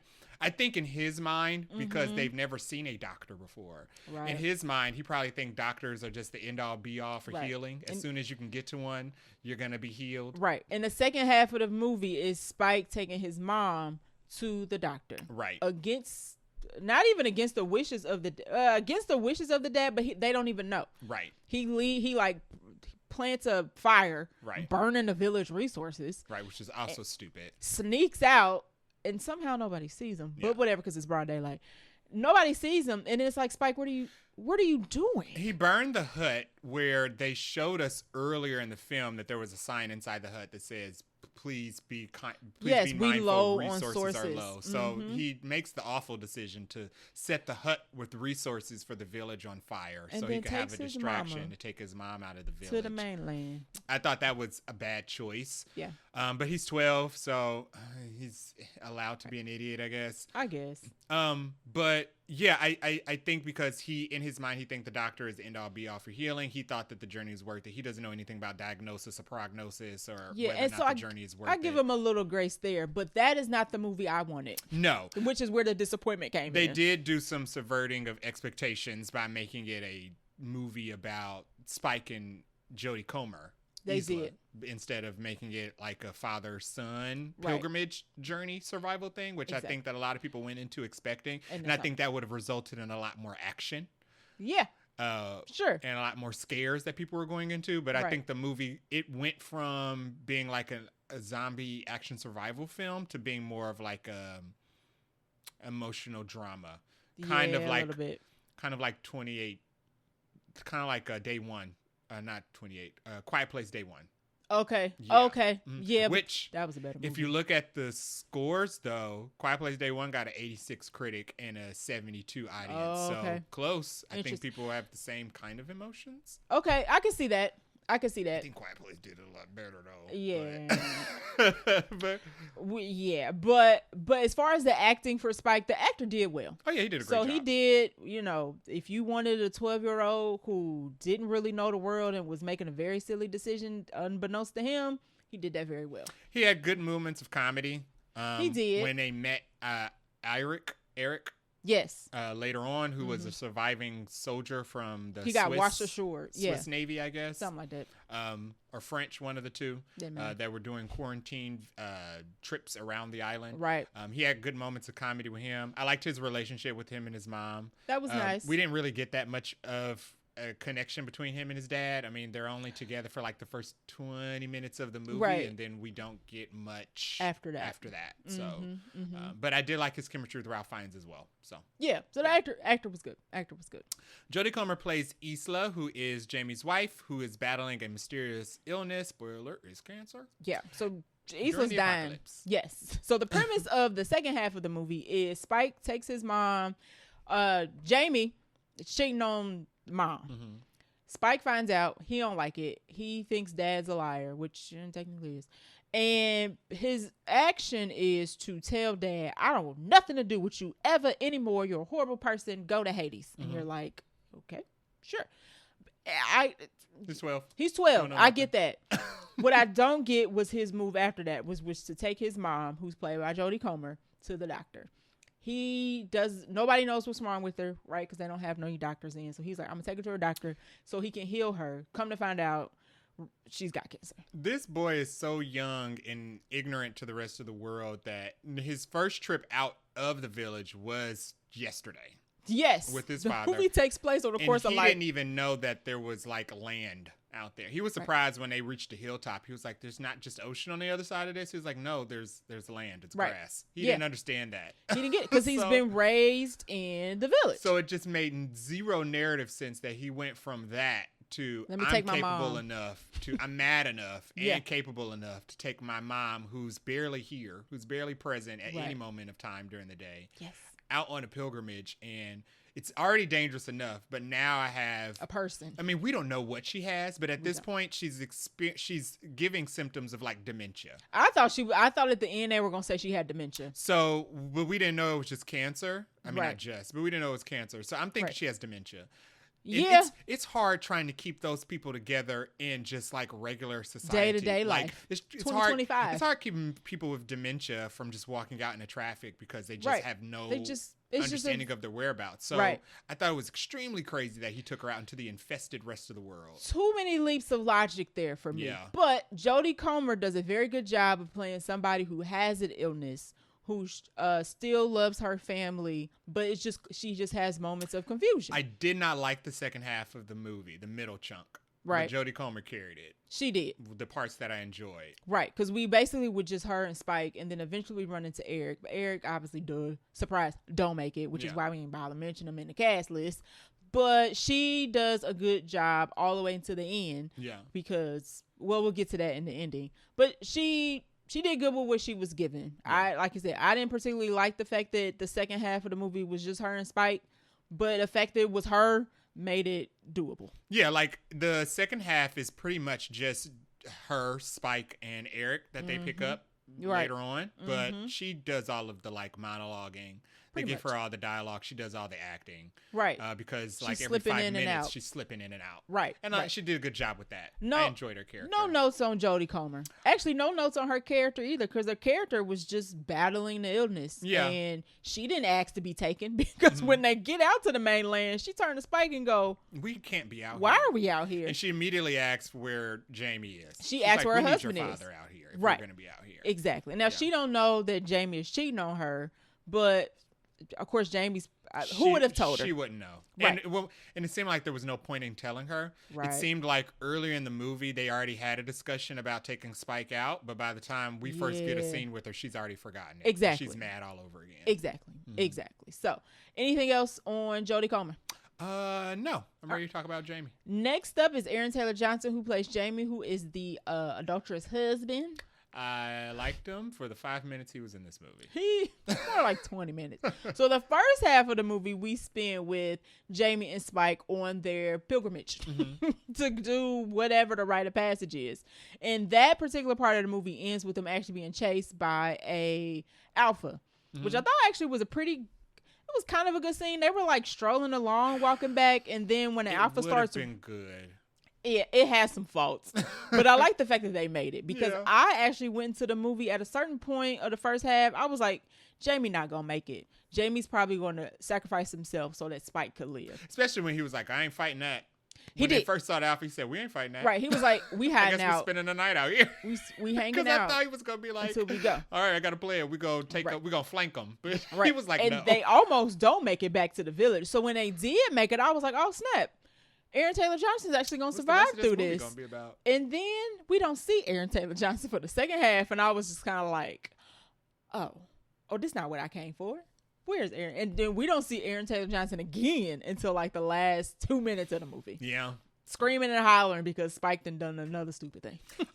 So he was an adulterer, but prior to that, I liked his character. Yes, right. I liked the fact that he wasn't like a mean dad. I thought they were gonna No. do like the it Super reminded me tough of like dad. the God of War video game with Kratos, and he's taking his son. And he's Yeah. he's emotionless, mean father who doesn't hug his son because he needs his son to Right. stay No, tough. he's a good. Yeah. I mean, he's a cheating dad, but he's a good good dad. He's an awful father, and I mean maybe there's intersectionality. You mean like the between awful two. husband? Yeah, I mean he's Yeah. a good dad, but he's an awful husband. Yeah, I mean, I don't mean, I'm can sure- you be both? I don't know. I don't think you can be both. It's But He's got some goodness He in seemed there. to compartmentalize pretty well until he was Right. caught.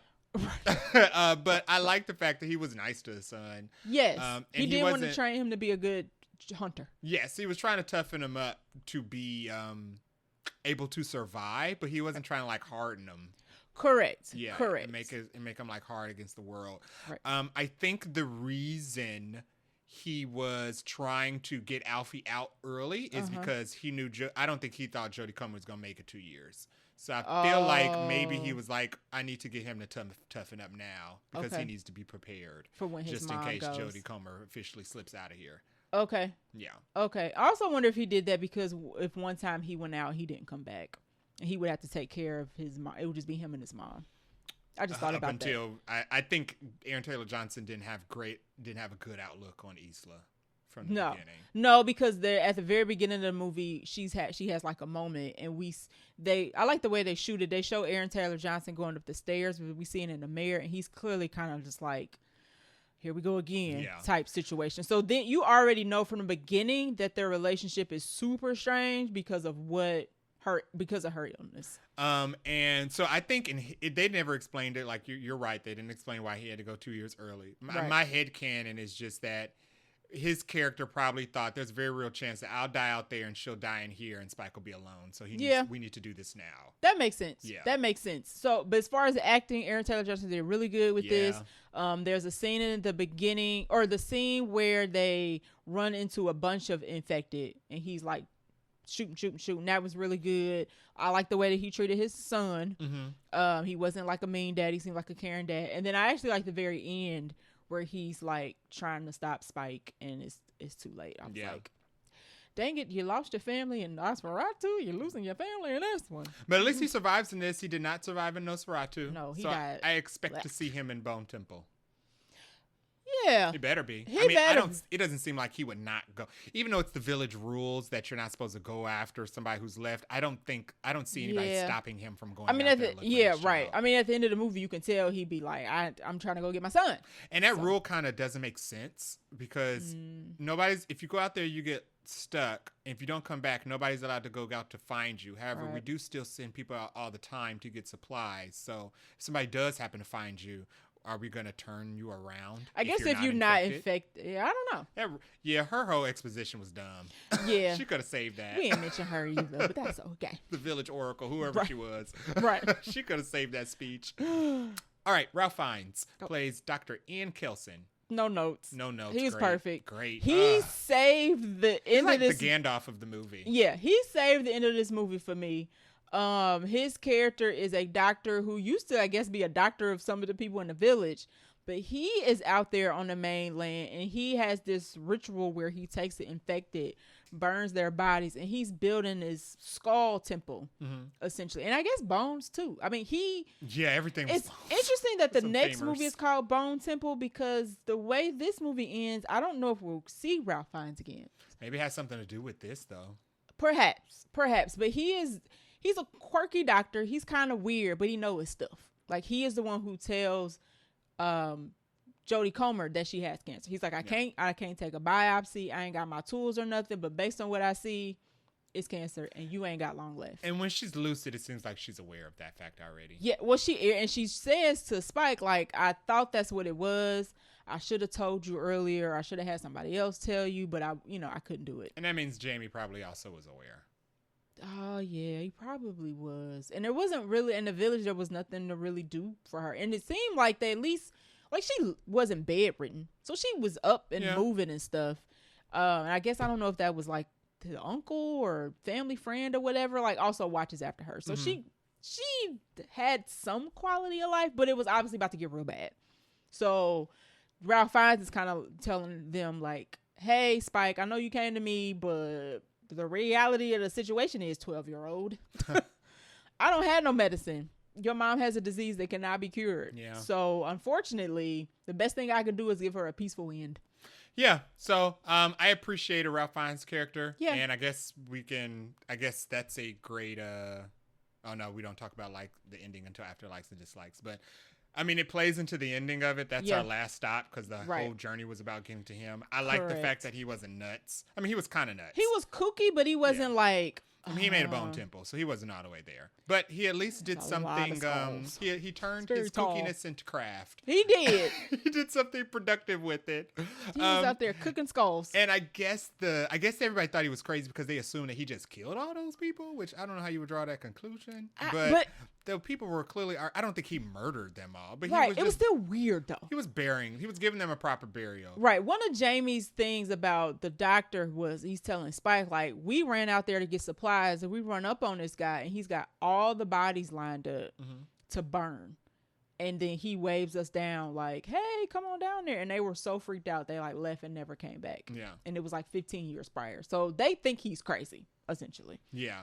But he's a little kooky. He's not full crazy. I guess he says he covers himself in betadine or iodine. Iodine, yeah. I didn't get that either, though. He said that the infected don't like it. So I guess it's kind of like when in Jurassic World when Owen covered himself in car fuel. Okay. And to keep the T-Rex from eating him.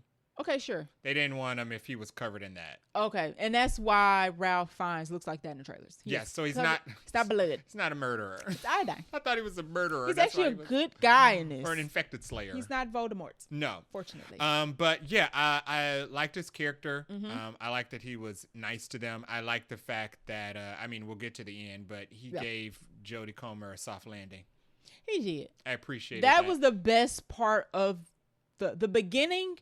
And then this part of the movie where Jodie Comer, Ralph Fiennes, and Spike all get together. Yeah. That was the best part. But he also wasn't in it a lot, but I do think he was extremely effective. He was. Yeah. He was. All right, likes and dislikes. Let's get into it. I appreciate that they kept the runtime under 2 hours. Yes. The movie didn't drag. I didn't like that second half as much, but it moved. Stuff happened. So thanks. Yeah. I didn't like Spike's turn from being...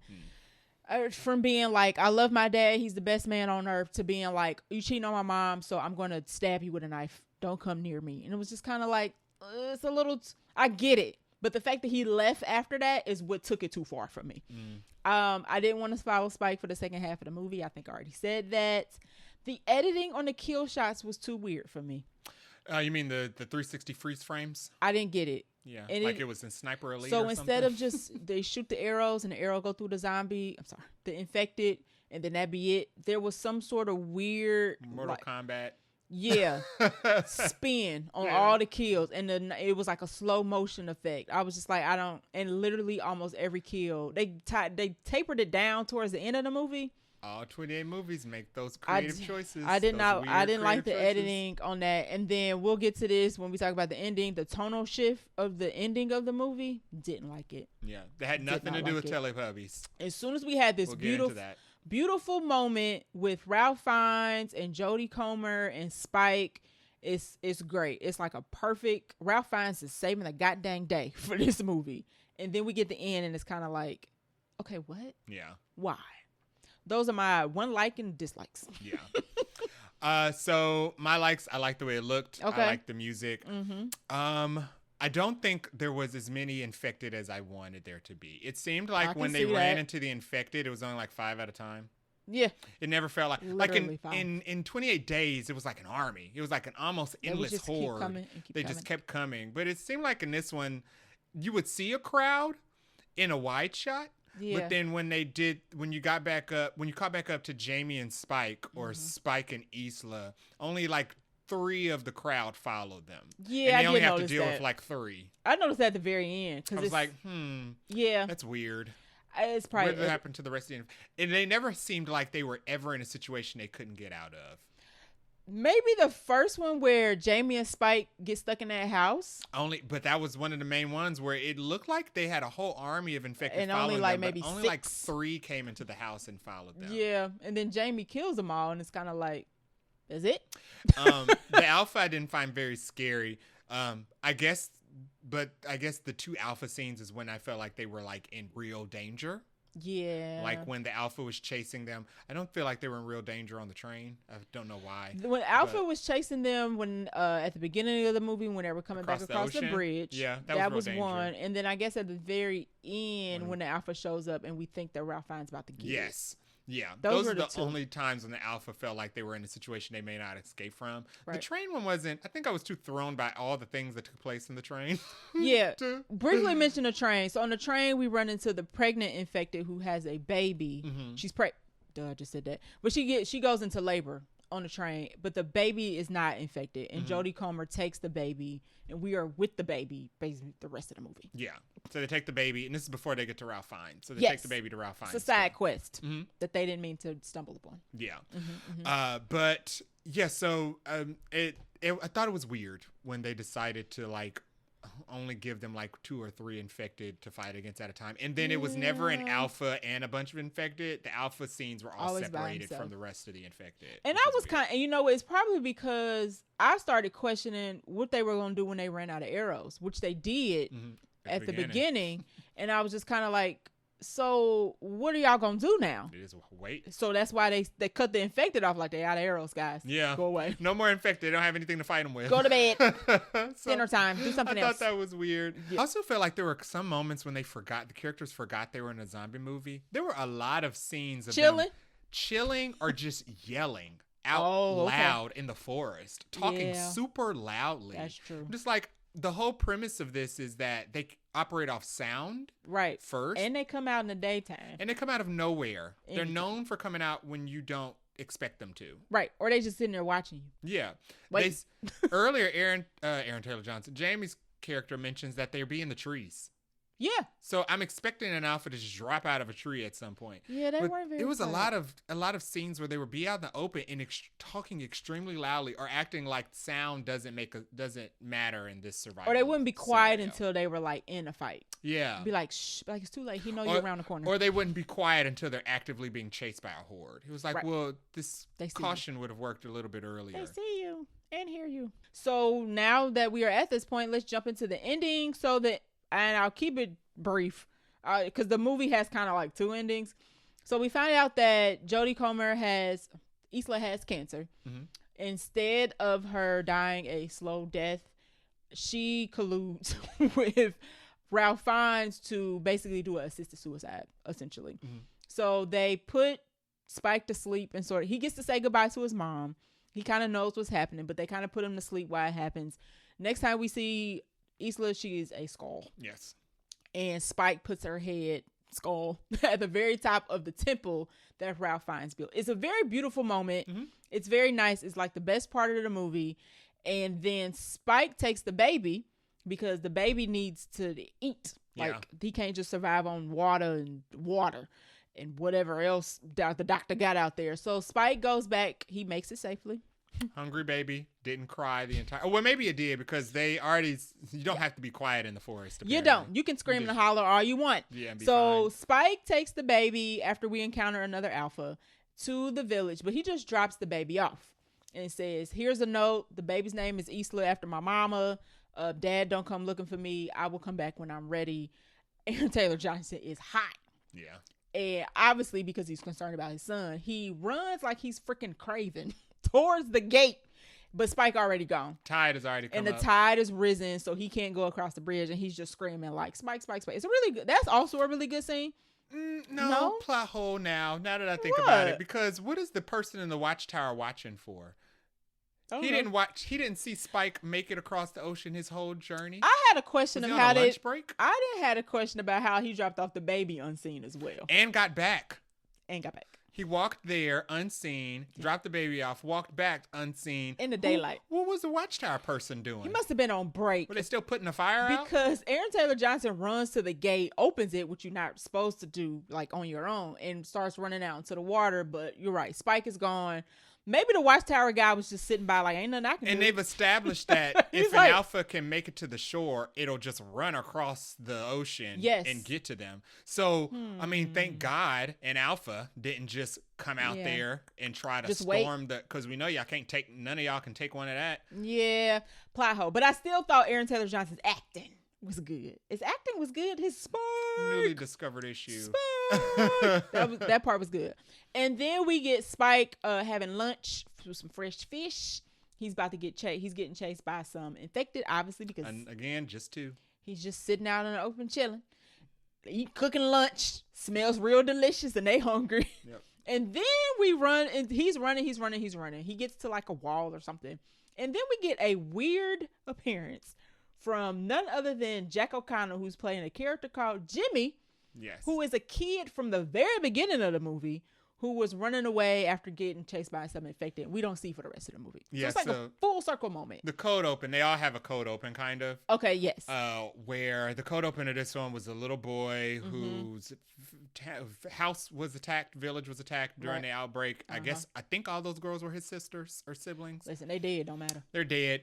And he gets a crucifix from his father, who was the priest at the local church. Who's lost it because he thinks it's now the Armageddon. He thinks it's the rapture? Sure. I guess. Yes. He gives him his crucifix and he dies and his son goes and hides. Right. And the runoff, and then we cut to our main characters of the movie. Now, let's talk about what this is in reference to. Because everybody walked out of this movie theater thinking it had something to do with the Teletubbies. Well, let me explain Jimmy and then we'll get into that. So we run into Jimmy, and Jimmy is dressed real funny. Jimmy got on a blind wig. Jimmy got soul. He got on his crucifix that his father gave him from the beginning of the movie, but it's turned upside down.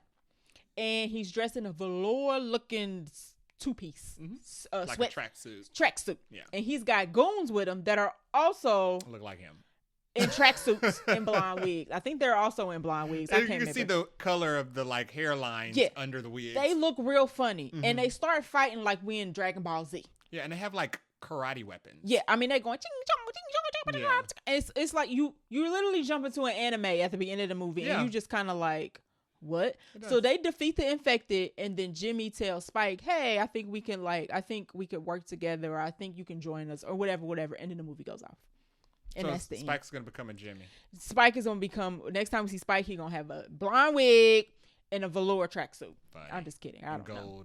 Right. It basically sets up the next movie. So a lot of people walked out of the movie theater saying that this was an obvious reference to the Teletubbies in the beginning. I actually didn't get that. Because they were all in color. Yeah, you didn't get that because that's not what it was. Because I thought the Power Ranger reference was just funny. The Power Ranger reference was funny because everybody knows it wasn't about Power Rangers. Right. But they just looked like fighting idiots. like Power Rangers. Yeah, so this is supposed to be in reference to Jimmy Savile, who is a popular British media personality and DJ. Who was popular around that time. Yeah. Now, in 2002, nobody would have known when the first 28 years later came out. Right. But it was discovered later on in the 2000s that he was a pedophile. Yeah. A very notorious pedophile. Yep. And was charged on that. Right. But in 2002, canonically, he was a famous DJ and radio personality. So if you Google him, and the director has also stated this as well. Yeah. If you Google him, they are in cosplay of Jimmy Savile. He was basically like their, I don't know. Leader? I didn't grow up with he's their Tom Joyner. Sure. I don't know. A lot of people going to be like, who? Carson Daly is who you use earlier. Carson Daly or their Ryan Seacrest. Yeah. He's a popular TV personality or music video DJ that they see on TV all the time. So he looks out of place. Yes. And my first question was how they keep these tracksuits clean. That was literally my first question. Yeah. But that's how the movie ends. We end with this Power Ranger fight with some Power Ranger DJ tracksuit fighting fools. So the multicolored outfits had nothing to do with Teletubbies. It's because of all his outfits. He's known for shiny jewelry. Okay. And that's how they dress. He also has on a tiara. Yeah, and he's wearing a tiara for some reason. He's crazy. Yeah. He's obviously he's obviously crazy.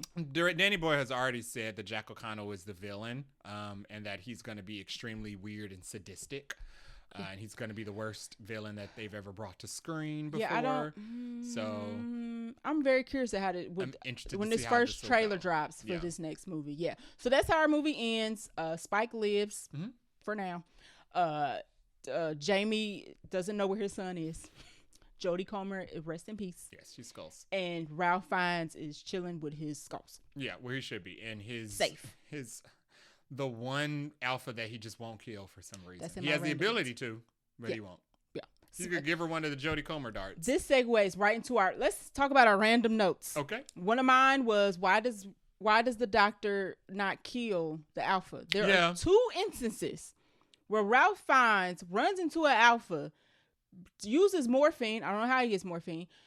Uses morphine darts to slow the alpha down, stop it in its tracks, but he does not kill it. Yeah. And I do not understand. My headcanon is that he's committed to his doctor's oath of do no harm. He's trying to kill you. Kill nobody. So bullcrap. He's not gonna kill him because they're not technically dead. Please. And he's not a killer. They are trying. It's self-defense. It's self-defense. He's making a conscious choice to keep that one alive. He is. So he's named it even after Solomon trying to kill him or Samson. He named it Samson. Yeah. We know that Samson didn't tell him his name, so he gave it to him. And Samson put a hole in his hidey hole. I just don't. Samson's very close to getting him one of these days. Which is right. If he doesn't get Samson first. There's a scene where Samson grabs onto Ralph Fiennes, and I was like, please don't. He's the best part of this movie. Please don't kill him. Yeah. He makes it, and he's like, I think you and the baby need to go. I'm like, you should go with him. Because, well, no, they wouldn't have let him in. No, they wouldn't have let him in. He's at his bone temple where he was, but I didn't understand that. I thought it was understandable why the villagers would be fearful of the doctor, though, because they saw them bodies lined up and he was burning them. I'd be a little like, ooh, this is weird. I'm not going towards that. So I get why, even though he was a doctor, they did not go out and seek him. He's also in the middle of the mainland. Yeah. So going to him is already risky. Yeah. And that's kind of all my random notes. I had a couple. I thought the island looked like Africa. When they did the wide shot of the island, it's shaped like Africa. I mean, it's shaped like Africa. Like a baby Africa? Yeah, it's shaped like Africa. I thought it was weird. Like, this island. Like 1/50th of Africa. Yeah, I mean, it's not the size of Africa. Right. It's just, it's a Africa-shaped island. I thought that was funny. And it's totally, I mean, water ain't nothing but water around it. Not like a peninsula. It's like an island with like a bridge that comes out only a few hours during the day. low tide. Right. Exactly. I don't know why everything had to fly directly at you. That was one of my notes about the jump scares. The zombies weren't scary, but just random things would fly directly at the character while we were in like their POV, like the fox. Why did the fox have to run directly at them when they were walking? I think it's supposed to add to the scare. Why did the rats have to run directly at them? Yeah. Or the crows. Or something had to fly directly at the camera. They was trying to add to the scare factor, I think. The scene when they are returning from their pilgrimage, Jamie and Spike, and they're just lollygagging and skipping and having a good old time while they're crossing the low tide. Let's add a little context. So they think they have missed their chance to get across, but Jamie has figured. Jamie's like, it's not high enough. We can make it. So they start running, and for some reason, at some point, they start running and they start walking. And this is where you were kind of like, what are y'all doing? They didn't establish. Maybe if they had established at some point in the movie that the infected don't often get to the shore.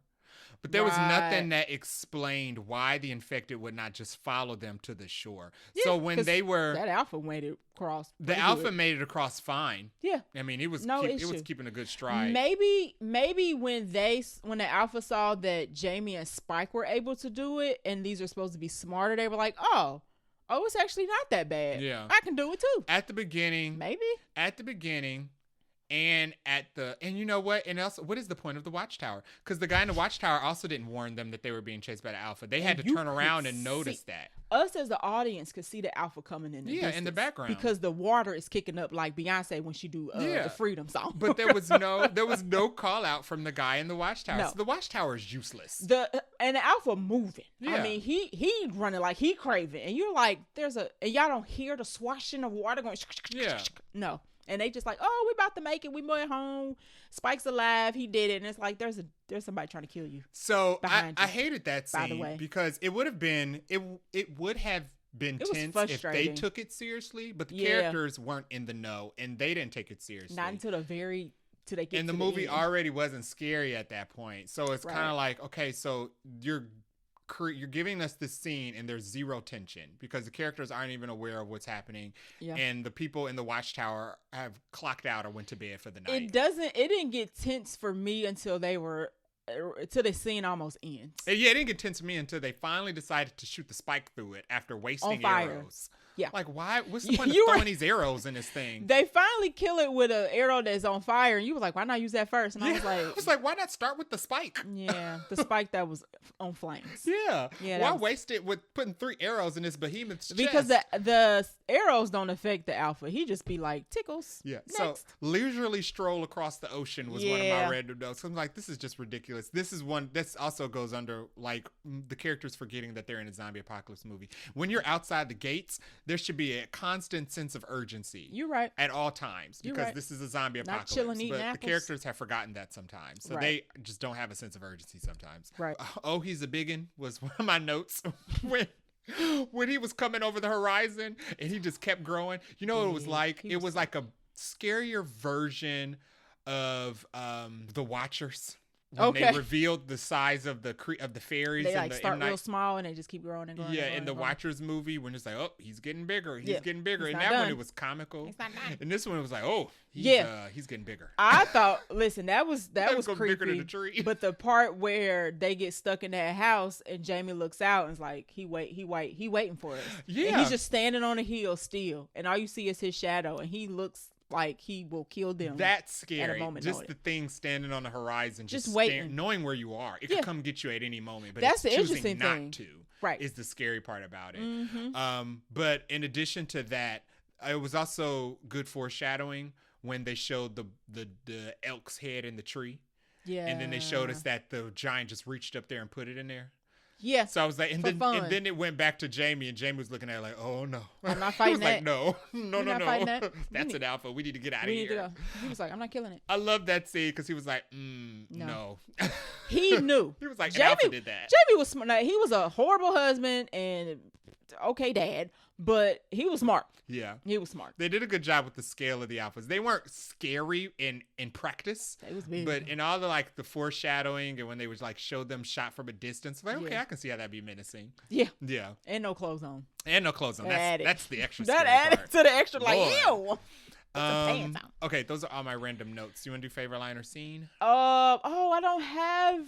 You go first while I think about it. My favorite scene would probably be the Jodie Comer death scene. Okay. After it's revealed that she's gonna die, and they give Spike the night dart. Yes. And he like hallucinates fireflies or whatever going around. I assume that's just the flames of Ralph Fiennes cooking his mom's body in the background. He's just unaware I didn't of think that. about that. I think he's just unaware of what's going on. Yeah, they kept shooting the wide shot with the fireflies. The embers. I'm like, what is he burning this late at night? doing? Jodie Comer? It was definitely Jodie Comer. I thought that was a beautiful scene. And then the whole, you think up into the promo, you think the Bone Temple is going to be something scary and ominous, but really it's just a memorial to all the people that have fallen. And Ralph Fiennes gets to explain.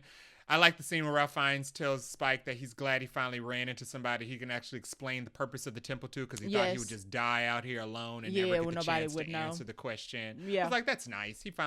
He made all this. This is the first time he ever gets to explain to somebody what it is. Yeah. I thought that was nice. That was great. That would be my number one. I'll do my number two. I actually like the best action sequence was when they got stuck in the house with the zombies coming in. Yeah. Because Jamie is trying to do, Spike is useless. He's 12. I expect him to be useless. He's panicked. He can't kill nobody. So Jamie got to do all the work, and he's trying to get Spike into the attic, but it's not working. So he keeps trying. He's trying to kill the infected and get his son safe. That whole action scene was tense. And they finally do make it up into the attic. And I was like, can they get y'all in the attic? Luckily, they don't. No. But then Jamie basically just keeps watch. And that's where we get the scene of the alpha over the horizon just chilling. So that whole action sequence was pretty good. Yeah. All right. That is it for favorite line or scene. Let's do our rating. How many Nicole Kidmans you giving it? I give it a 3.5. I'm going to echo that. Yeah. I give it a 3.5. I was going to do 3. But the acting and Ralph Fiennes saved it, so I'm gonna give it an extra half. It's not getting 4. I have to take off because the choices. I understand that the movie has to get where the movie has to get for the plot to make sense because it's already been written. But the characters' choices were stupid. They made really stupid choices. You can get the movie to places where it needs to be without causing your characters to just not at the expense of your characters. Yeah. The second half for me would have been equally as good if Spike convinced his dad to take the mom to the doctor, and it was the 3 of them that had to travel across. Yes. That would have made more sense. You could even left in the cheating story. Yeah. Because then you would have had the tension between Spike knows that what his dad has done, but mom doesn't. So you gotta have this like weirdness going on. I would have preferred that. You don't get a resolution of that at all, actually. You don't, because you don't. You just don't. Because Jodie's gone. Yeah. Right. Thankfully. I mean, she deserved to die in peace, right? And who wants to live in this crappy town anyway with this infected zombie? So she might actually be in a much better place than the rest of them. Yeah. So, but I think that for me, that would have been a better second half of the movie. You could have cut out Eric altogether. Like, it was a funny moment, but I would have preferred all 3 of the family instead of just the 2. Yeah, I forgot about Eric. Eric was fine, but he was only for like 5 minutes of the movie. Right. And especially since him and Spike couldn't relate to each other at all. No. Because it made for a funny he grew scene. Up in the rest of the world. I like the funny scene where he was talking about his girlfriend's, his fiance's plastic surgery. Right. And that was funny. Spike thought that she had allergic reaction because her face was all bloated. Yeah, because he's still living in a world where plastic surgery isn't like a big thing. Right. So he doesn't know anything about A that. thing. He don't know what a cell phone is. He doesn't. So or the internet. Right. Exactly. So I echo 3.5. I'll go with that. Yeah, I had to take it off because I didn't find it particularly scary. I thought the characters made some really dumb choices. No. And that ending. And the second half was not my favorite. It was definitely saved by that third. It's saved by Ralph Fiennes. Yeah. And the ending. I think the ending was bad for how it was placed in this movie. Agreed. I think the ending would have made a lot more sense and would have come across smoother if it was an after credit scene. Mm-hmm. If it was broken up by credits. Yes, because we needed that moment of serious. We were in a very serious moment. Yeah, it's like the cracker you eat to cleanse your palate before you move on to the next cocktail. We had Jodie Comer passing. We had the beautiful speech and scene. We got the baby safe. The baby, because we were worried about what was going to happen with the baby. Yeah. We had Aaron Taylor Johnson running out because now he's concerned that his son is about to be out here. The tone was set. It was a bit somber, but maybe a little bittersweet. Yeah. And then we get to zany. And then it just goes straight into Go-Go Power Rangers at the end. Just broke everything that was set up. They should have had a break before doing that ending. So I think weird. It would have went over well. As an ending, judging it by itself, I think all it doesn't fit in this movie, and it doesn't do anything to serve this movie at all. What it does or the next movie. I mean, it sets up what the next movie may be like. But is the tone gonna be the same? That's my concern. If it is, that's fine. But they should have set that up. They should have waited until the second movie to set that up. I got or you. Until after made it credit. After credits. This did not fit as a direct ending following all of the scenes that we just talked about. It did. It just didn't make no sense to see Spike on his own. Yeah. We got Ralph Fiennes is back at wherever his place doing his thing. We got Jamie freaking out because now his 12-year-old is out here by himself. He ain't gonna be able to find him probably. And then we get it makes sense that it's just like what? It makes sense that just like Spike, this Jimmy is stuck in time. He's stuck in the time that he was when the outbreak. So his references are old. So his Jimmy Seville reference is old. But he's also crazy. I think there's a certain you have to take that into account. He's clearly nuts. All his friends are clearly nuts. Right. That's not it's just hard to believe. It's like they snorted a line of coke and then was like, let's shoot this scene. And it's not hard to believe. But it's just the tone. The tone didn't fit in this movie. Nope. And totally different movie. I think we're in the majority because I think a lot of people's issues begin at the ending. Maybe. I think some of the reviews also said that they just didn't think the movie did anything different. Like it was just a regular plot with a regular story, and which it is. I mean, the kid. That's all the 28 movies too, though. So I don't think the first one kind of had it was a bit different. First one was tone setter. Yeah. So I mean, it was good. I like the first one. The second one, they tried to expand on it a lot. They made it some swings and misses. They did too much. I guess you can't blame the first one for anything because it sets the precedent. And I don't really find any flaws with the first one. Yeah. The flaw would be the way it was shot, but they did that on purpose, so it's not a flaw.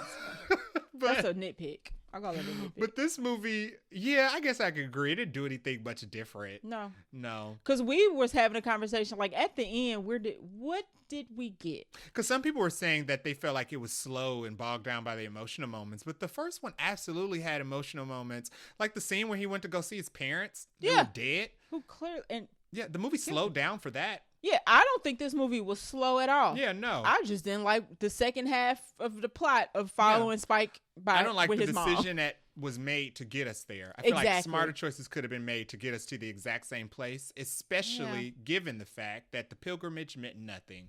He didn't save Jodie Comer. She died. She did. So, and she would have died whether they went out there with Jamie or died even though they went out there without him. And there's who's to say she couldn't have died peacefully at home. Yeah. Mm-hmm. They didn't know what she had, but they knew she had something, and she knew she had something. Yeah. So 3.5 it is. Yeah, it's 3.5 for me. Middle of the road. All right, so that is our long review of 28 years later. If you saw it, let us know what your thoughts were. What side of the fence you on? Did you love it? Did you hate it? As of right now, it is creeping closer and closer and closer to the 50s range in Rotten Tomatoes. I think more and more people are becoming more and more divided, which is interesting. I mean, I guess chatter is good chatter. I'm just worried about the next one, how it's received, because Nia DaCosta's directing that one, and I want her to have a win. And that is a little bit concerning because this movie's ending is kind of left a sour taste in a lot of people's mouths. Are they gonna watch? So are they gonna go into the second one at all, or are they gonna go into the second one with extremely low expectations and negative attitudes because of the way this movie? Or they're just gonna wait to see it on streaming because they're like, nah, I'm not giving y'all my money again. And the way that this movie had a great opening for its budget, but it still has a lot of money to make before it's considered successful. True. And Danny Boyle said that the movie has to be successful, not well received. Right. Money. Fiscally money. Right. It doesn't need to have a divisive audience. Right. It needs to be fiscally successful. To get that third one. So it'll be interesting. That goes back to me saying that I think the second one is going to have an end, and then the third one is just going to be an extra piece of story. Yeah, you said that. The second one probably is going to have a definitive ending, and then the third one is going to feel like, this could have left it, but it's fine. Right. Yeah. We'll see. We'll see. All right, so that is our review for 28 years later. What are we watching next week? Next week, we are watching Mathrigan 2.0. Yeah, it's also our 100th episode. And we're also going to review Ironheart, the first 3 episodes. Yay! So it'll be double feature. Okay, you don't want to miss out. Our last double feature was Spider-Man and Severance. Correct. Which is also a Marvel thing. We also have another double feature coming up with Superman and Jurassic World Rebirth. That's gonna be fun because I'm jacking up the schedule. She is. Long story short. But we will have an episode for 101. It just won't be a movie review, but that's okay. Y'all, if you're true fans, you're going to stick around. Yes. All right. So thanks for listening to our episode. If you like our show, you can give it a share. You can leave us a review on Apple Podcasts or on our website, vaguelynerdypodcast.com, where you can also leave us a voice message and then we will play it on the episode if it's nice. If it's not, we will dox you and find you on LinkedIn. You can find us on Threads and IG at Vaguely Nerdy Podcast, Blue Sky and Twitter at Vaguely Nerdy Pod. You can also reach us via email at vaguelynerdypodcast@gmail.com. And if you're listening on a podcast app, you can find us on YouTube where we have an animated show. And on there, we are Vaguely Nerdy Podcast. Until next time. Bye.